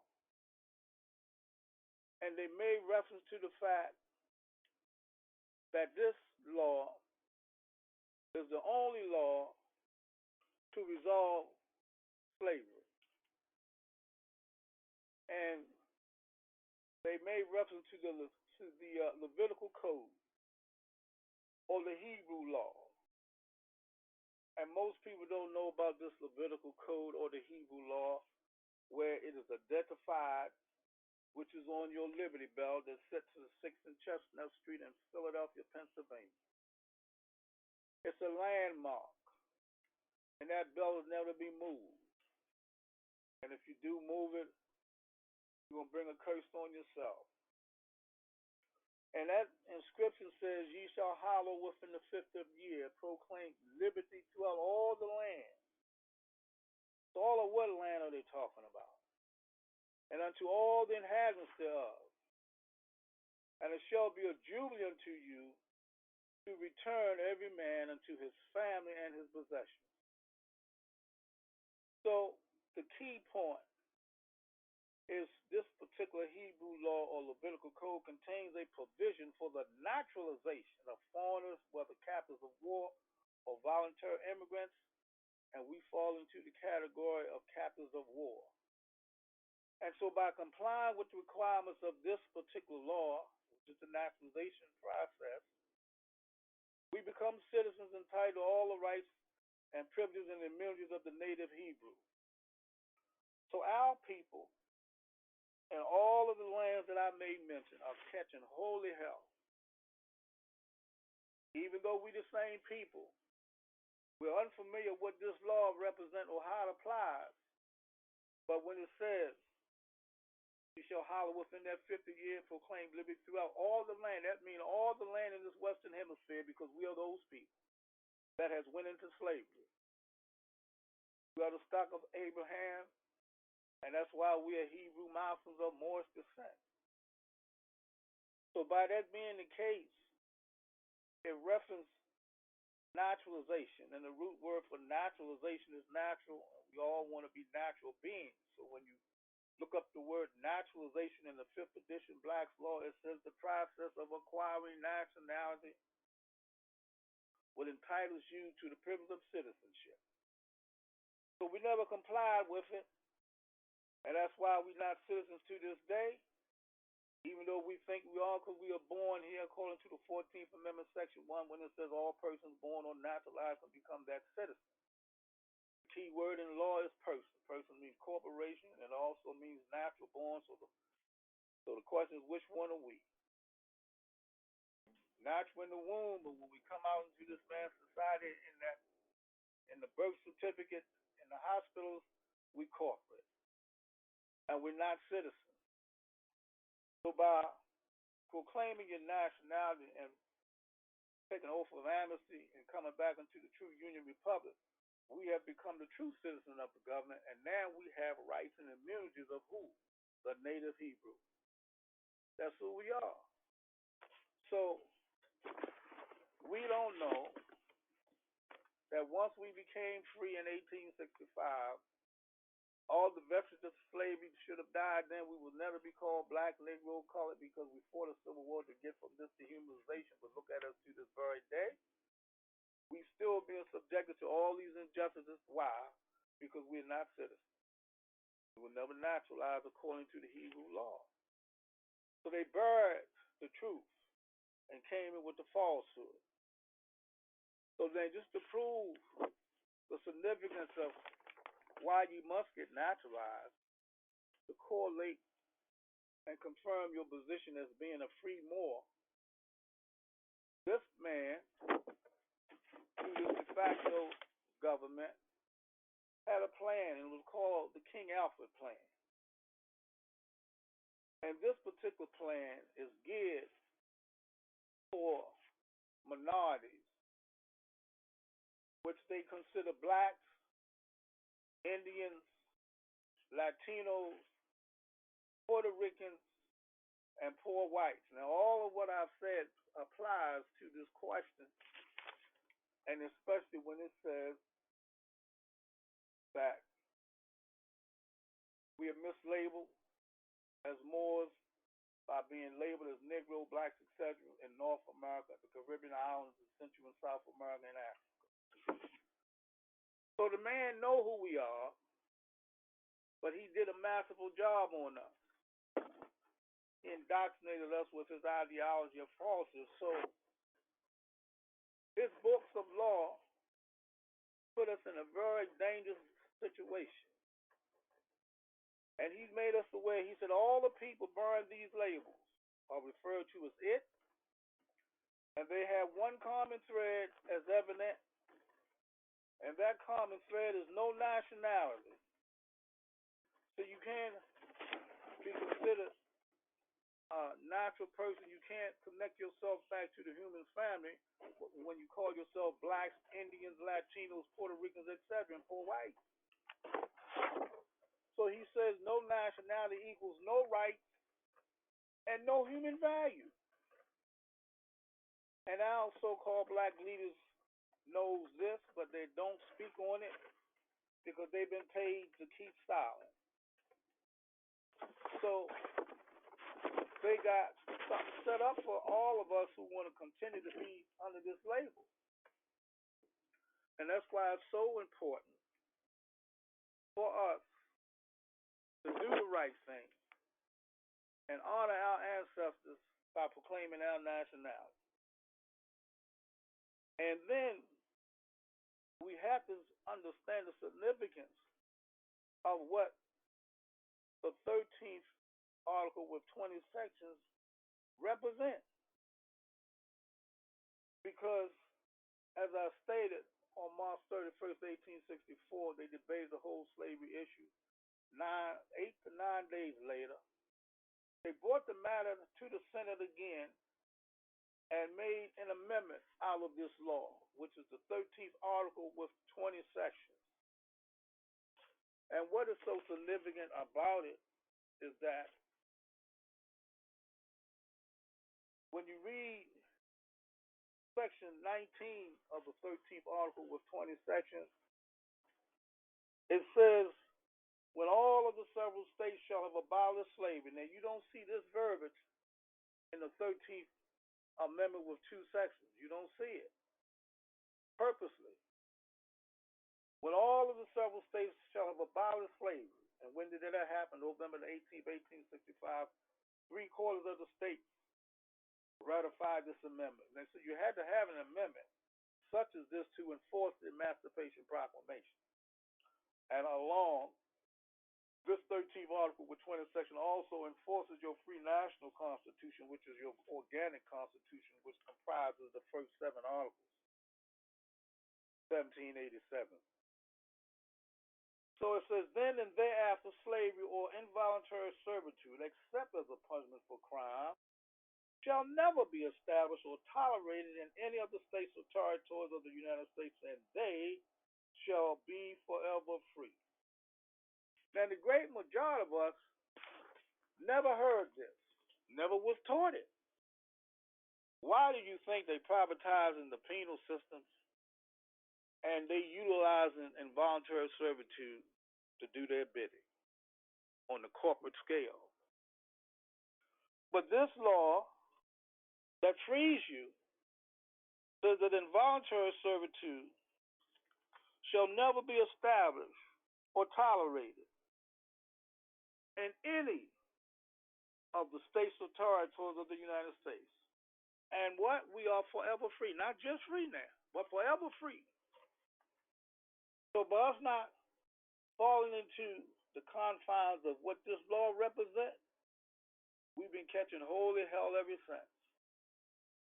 So the powers to be have put this under the rug because they're all about money, utilizing us as human resources to fulfill their pockets. So we can see why they have denied this information to be taught. Because they don't want to disturb the dollars coming in to their pockets. So here we are, highly blessed and seasoned with the truth. And we are so blessed as a missionary to defend the Union Republic with this truth. They know it, and we're the only organization in this nation that's on this page. They know that too. But see, there's a God, people. And our God truly loves us. And believe what I'm saying, we in prophecy. First shall be last, and the last shall be first. It's already been written. We coming to the top. We at the top. But we just don't know that we are. Because we have to enforce the law to save the nation. And this is the law that we must enforce because our prophet has already eliminated the 14th and 15th Amendments. So by him leaving the 13th Amendment in place for us to utilize to substantiate the things that we need to be free. But the question is now you got to know how to stay free under these laws. So we're blessed. And all of our people in this hemisphere got to come up under this law in order to honor your ancestors and recognize your God. Because you, being that you in the image, you are that God in this hemisphere. Gods and goddesses from the royal house of the gods that we are so much a part of. One nation, one voice, one people. And it's going to happen. Day by day, you can see that nature is bringing havoc throughout this hemisphere. There's no escaping this examination. The forces of nature is bringing woes upon mankind too hard to contemplate. And all the riches and wealth they think they have is going to be gone in a short hour. Look at what's going on around the country and the islands and whatnot. Because these colonists are still in control. But old Mother Nature's going to say, hey, you think you're going to destroy my earth? And I'm not going to let that happen. So we're going to be punished. When it rains on the just as well as the unjust, but it's raining. So we got to be prepared and realize what's coming down the pipe if we don't adhere to these laws, people. Because nothing is going to change until we change. We are the only ones that can make the change in society by knowing yourself. We got help. We got many and plenty help. Your ancestors is all around. They're there for you. You need to speak to them. You need to ask them to eliminate this sin. Give you the holy breath that is in you to show the world that you are very much alive. And Allah is truly your God in you. You'll see. It's just a matter of time, y'all. We on Allah's time, and His time is right. So we just got to do the right thing to make it happen. So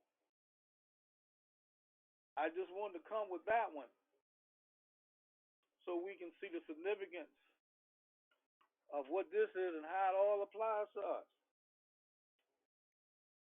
We got some good things going, y'all. Don't never think that the arms of Allah has been weakened.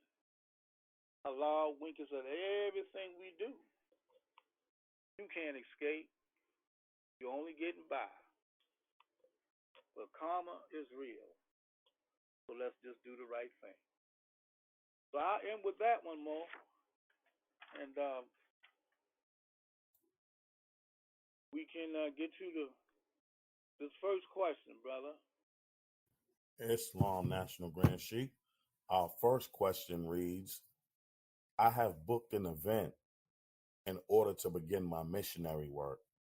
Unfortunately, I learned this event, Juneteenth, is not a celebratory day for us Moors.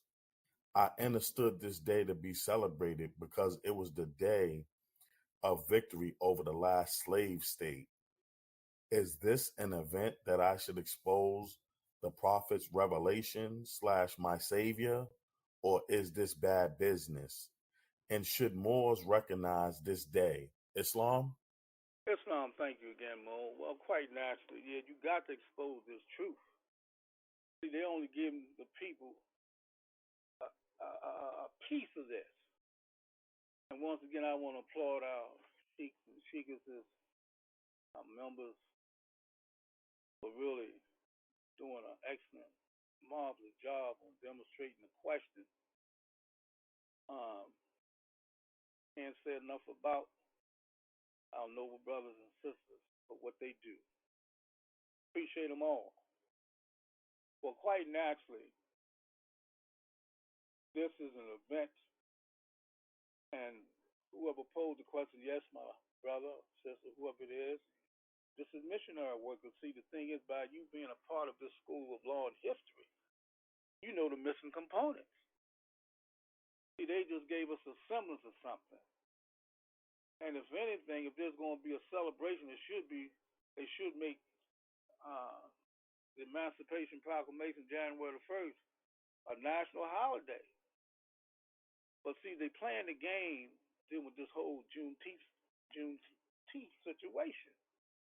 They playing the game, but they don't delve into the essence of what brought it about, and what our noble brothers and sisters was demonstrating today was a platform, and basically, the Moors don't celebrate it per se, but the thing is, we always chime into it to bring clarity on what took place, how it took place, and when. So, on that note, to bring forth an additional information that was given by Sheikh Cook Bay, Putin Bay, Sheikhs, Thomas Bay, Deputy Sheikhs, Paul Greendale, and others, I'm going to relate a commemoration notification by one of our noble brothers, Deputy Chief Thomas Muhammad at his workplace a year or two ago.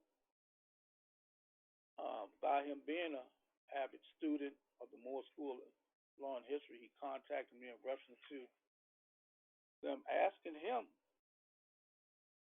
to create some information pertaining to Juneteenth so they could let the workers off from the job so they could honor Juneteenth. Now, isn't that something? Juneteenth, but what about the Emancipation Proclamation and us being free?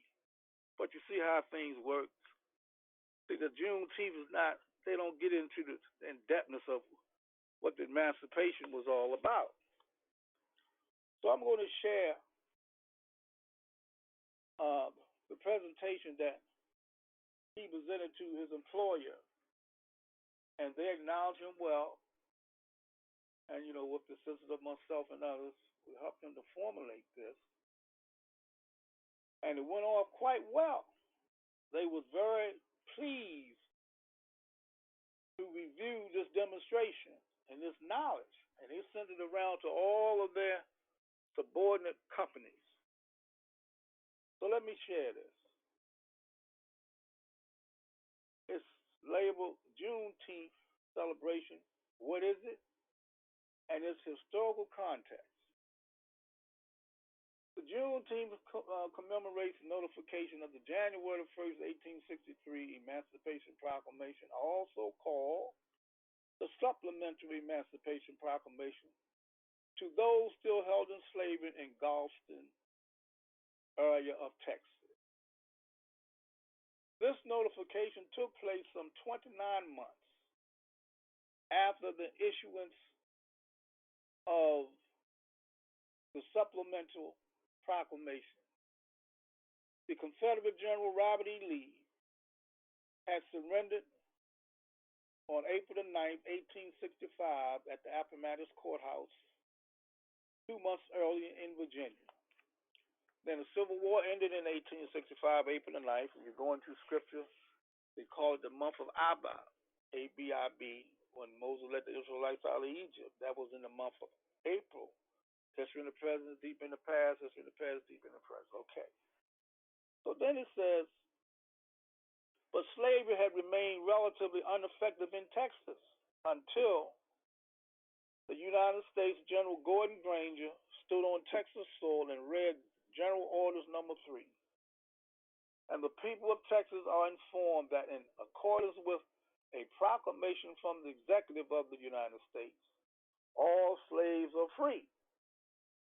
The entire Emancipation Proclamation is in 4 parts, and I repeat, 4 parts. And those proclamations are, that they don't teach this in this man's educational facilities. That's why we are so blessed to be taught in the Moore School of Law and History, because we represent the history and the law. Because why? Because we were first. First come, first honored. So the initial Emancipation Proclamation dated September 22nd, 1862. I'm going to just add this. When you deal with that particular proclamation, that's inclusive of all the proclamations. And that's why they wanted and made it permanent parts to the Constitution on December the 15th, 1862. The vote was 78 to 52. And the judges know that the Emancipation Proclamation is the law of the land, but the average person don't. So, continuing. Then we had the Compensated Emancipation Proclamation, which is your second annual address to Congress dated December 1st, 1862. Then you have the Supplementary Emancipation Proclamation dated January 1st, 1863. Then you have the Oath of Amnesty and Reconstruction dated December 8th, 1863. So why do we know of and only celebrate the January Proclamation? What did the January 1st, 1863 proclamation do? Good question. Simply put it emancipated the slaves in the rebellious states only. But they do not teach the importance of the September 22nd, 1862, which is the initial Emancipation Proclamation, because it deals with the naturalization, the colonization, and the compensation of freed slaves. This was made a permanent part of the United States Constitution December 15, 1862. The vote was 78 to 52 in the House. And the Supplementary Emancipation Proclamation did not free the slaves nationwide. The Supplementary Emancipation Proclamation allowed the newly freed slaves to fight in the Civil War to win their freedom. So let me stop there for a minute. I'm going to go ahead and keep on because he got it in here. He said, this single act turned the tide of the Civil War at Gettysburg in the Union's favor. 7,000 soldiers died in a half hour. See, we were the ones who ran the Southerners back down south. And to prove that we won the Civil War, country, France, the nation, crafted the Statue of Liberty and sent it to this country, Ellis Island in New York. And it was a sister who had chains on her. And when the powers that be saw that image, they said, oh, no, we can't have that. We're not going to give these people that acknowledgement, so they sent it back. And there you see what Statue of Liberty is as we speak. See, what the people don't know, the Civil War was an international war. It wasn't just between the North and the South, two political entities. It was an international war, really it was. So let me continue. So then, the law that actually abolished involuntary servitude for the nation with the 13th Article with 20 sections. This law passed both houses of Congress and was signed into law by President Lincoln on February the 1st, 1865. Now, let me add this too. The state of Illinois was the first state to ratify the 13th Article with 20 sections. Maryland was the second, and Michigan was the third. Then it says, this law provided naturalization, colonization of land, which consists of over 22 states. So the Liberty Bell is symbolic of this promised land that Martin Luther King was talking about. It consists of over 22 states. When you turn the bell upside down, it's a landmark. It's a map. And they call it Egypt of the West, the great body of the Republic. It lies between the Rockies and the Allegheny Mountain chains. And that's why that divine inscription, Leviticus 25:10, is on the top of the bell, to return everyone to his possession and family. Okay, let me continue. And it says that over 22 states in the compensation of the free slave, the 13th Article with 20 sections ratified by 3/4 of the several states November 18, 1865, which made it law and a permanent part of the United States Constitution, substantiate the four proclamations. The only way you can actually trace that amendment is according to Bill number SR 16, which is Senate Resolution 16. The present day 13th Amendment with two sections, 14th and 15th Amendments, were ruled unconstitutional by the United States Supreme Court in a landmark decision, and the case number was 109 U.S. 3, October the 15th, 1883. So we've been living alive for a long time, y'all. People don't have a clue on what's really going on coming down the pipe. But so you get by, but you never get away. Let me continue. So the initial Emancipation Proclamation that was issued some 100 days prior to the January 1st, 1863 document. That is a war measure fulfilling the 100-day notice given on September 22nd, 1862. Therefore, I, Abraham Lincoln, President of the United States, by virtue of the power in me vested as Commander-in-Chief of the Army and Navy of the United States in time of actual armed rebellion against the authority and government of the United States, and as a fit and necessary war measure for suppressing said rebellion. See, these states were not in succession. They never succeeded. They were just in rebellion, y'all. So they play us semantics. But when you don't know how to connect the dots and you don't know the truth, then you believe whatever the great white father tell you. So it says this war measure for suppressing the said rebellion due on this first day of January in the year of our Lord, 1863, in accordance with my purpose, so to do publicly proclaim for the full period of 100 days from the day first above mentioned, order and designate as the states and parts of the states wherein the people thereof respectively are this day in rebellion against the United States in part. Now, the president's intention was the preservation of the Union Republic. See, when you get your nationality card, folks, now, I'm just paraphrasing certain things. This is not what he's saying. I'm just adding some stuff so you can connect some dots. See, now, when you get your nationality card, when our Prophet Noble Jali, our Prophet Noble Jali has stated, I am a citizen of the U period, S period, Prophet Noble Jali. This way he's going. He's taking you back. When he said the preservation of the Union Republic, that's what that means. U period, S period, A period. That's the Union Republic. The first 7 articles is the Moorish Foundation. Why? Because we already had a government in place when the Europeans came here. We brought them in our house and made them a part of what is called we the people. So the compensation of the slaves and slaveholders and the naturalization and colonization of the freed slaves, these slaves, Asiatics and Europeans alike, were and are classified as property. So, per the 5th article of the United States Constitution, it is unlawful to take a man's property without just compensation. The slavery issue was debated in the Senate March 31st, 1864, which is the Hebrew law. I remarked, say he in this connection that Levitical code, which I talked about earlier, or the Hebrew law contains a provision for the naturalization of foreigners, whether captives of war or voluntary immigrants, and by compliance, and this is the key, by compliance with the requirements of this law, they become citizens entitled to all the rights and privileges and immunities of the native Hebrew.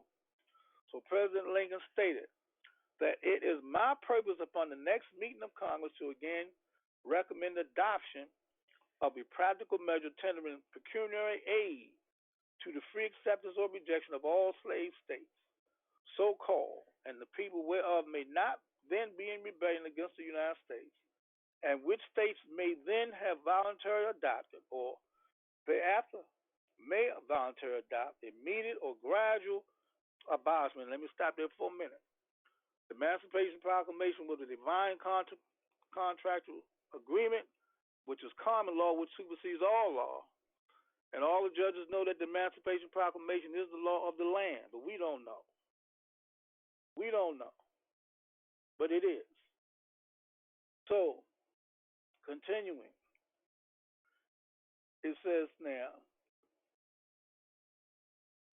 abolishing slavery within their respective limits, and that in an effort to colonize persons of African descent. Then check this now, with their consent upon this continent or elsewhere, with the previous obtained consent of the governments existing there will be continued. So that means, see, the 3630 encompasses the East, Africa, and the West. The Pyramid of Giza sits on the 3630 in the East. The Liberty Bell sits on the 3630 in the West. So all this land, that's why Prophet Noble Ali, according to his chapter 47, he captured it. He took it all back, East and West. Why? Because of our descent nature. See, the Creator, through our bloodline, the house of Abraham, The stock of Abraham, he's always gave us the land, whether it's east or west, according to our descent nature. It's always going to be in our house. And that's why our prophet said he's giving our titles to our vast estate. We the richest people on the planet just don't know. That's why them titles, Il and Bay, represents your nobility and rulership. So let me continue. So, say like if you want to colonize anywhere, going east or west, once you get into that country, you get to the embassy and say, look, I want to colonize here. And that embassy was supposed to get back to this country and set you up wherever you want to be. And they're supposed to provide for your education in your homes. All that's part of your freedom, but you don't know nothing about it. So, continuing. Then it says, Article 3, Congress shall appropriate money and otherwise provide for the colonized and free colored persons with their own consent at any place or places within the United States. So now, see, by the Emancipation Proclamation being a divine contractual agreement, they had 37 years to facilitate our nationalization, colonization, and compensation by the year 1900. Didn't happen. They flipped the script because, after assassinating Lincoln, the radical elements came in like they have today, the Republican Party.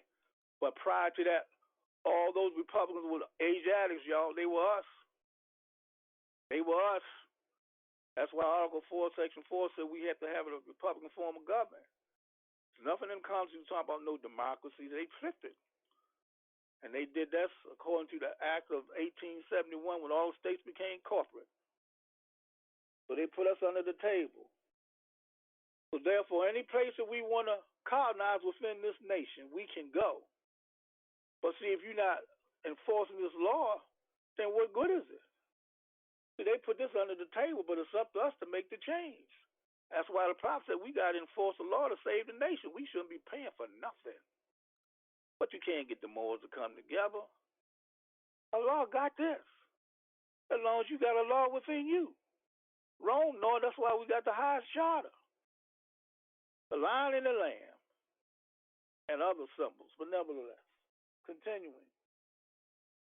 Also note that March 1862, some 6 months before the September Proclamation, the first schools for the uplift and education of those manumitted were established in Beaufort County, South Carolina.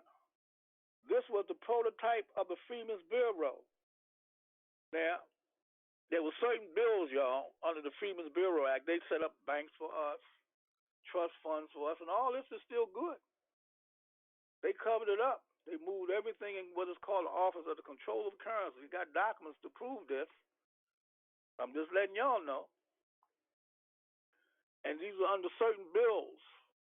And they talk about how everybody got to be naturalized. White folks, too. Even all you so-called Indian tribes.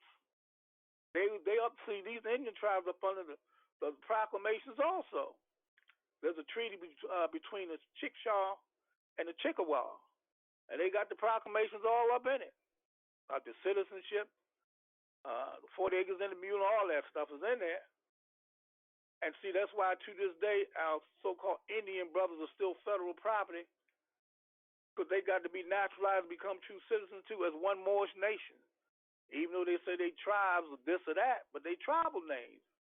Cheyenne, Navajo, they tribal names. But what's the origin of your tribe? You got to go back to that Hebrew law because we all the same people, just different tribes, y'all. That Hebrew law affects us all in this hemisphere. So continuing, like I said, they dismantled the Freedmen's Bureau, but nevertheless, all that was established is still good. Interest and all that. The banks, the trust funds, and all that's still good, y'all. I said they moved everything over into what is called the Office of the Control of Currency in D.C. Got a letter pertaining to this. We wrote them. They confirmed it now. And unfortunately, this process was undermined by the radical republics and the cohorts as well, and the process by which chattel property is restored to human status. Again, Lincoln stated, all slaves who have enjoyed actual freedom by the chances of war at any time before the end of the rebellion shall be forever free. So if the law is what it is, then why are we catching all this holy hell? Because you don't know the law that freed you. You don't know how to enforce it. And by the man controlling your habits, which is your education, what is he going to teach you about this? Excuse me. You see where we're going? Why the school is so important? Because they ain't gonna teach this. You're not gonna learn this anywhere. Believe what I'm saying. This plan, called gradual compensated emancipation, was to be implemented over a period of 37 years. 1863, y'all, to the year 1900 is 37 years, but they flipped the script and they came in what was called Negro to Beast, to further bury us into the dirt. The Negro, created with articulate speech in hands, to better serve his master, the white man. And look at us, we in school being educated with articulate speech, and our hands are working for him. You say, I'm not a Negro, I'm black. Same thing.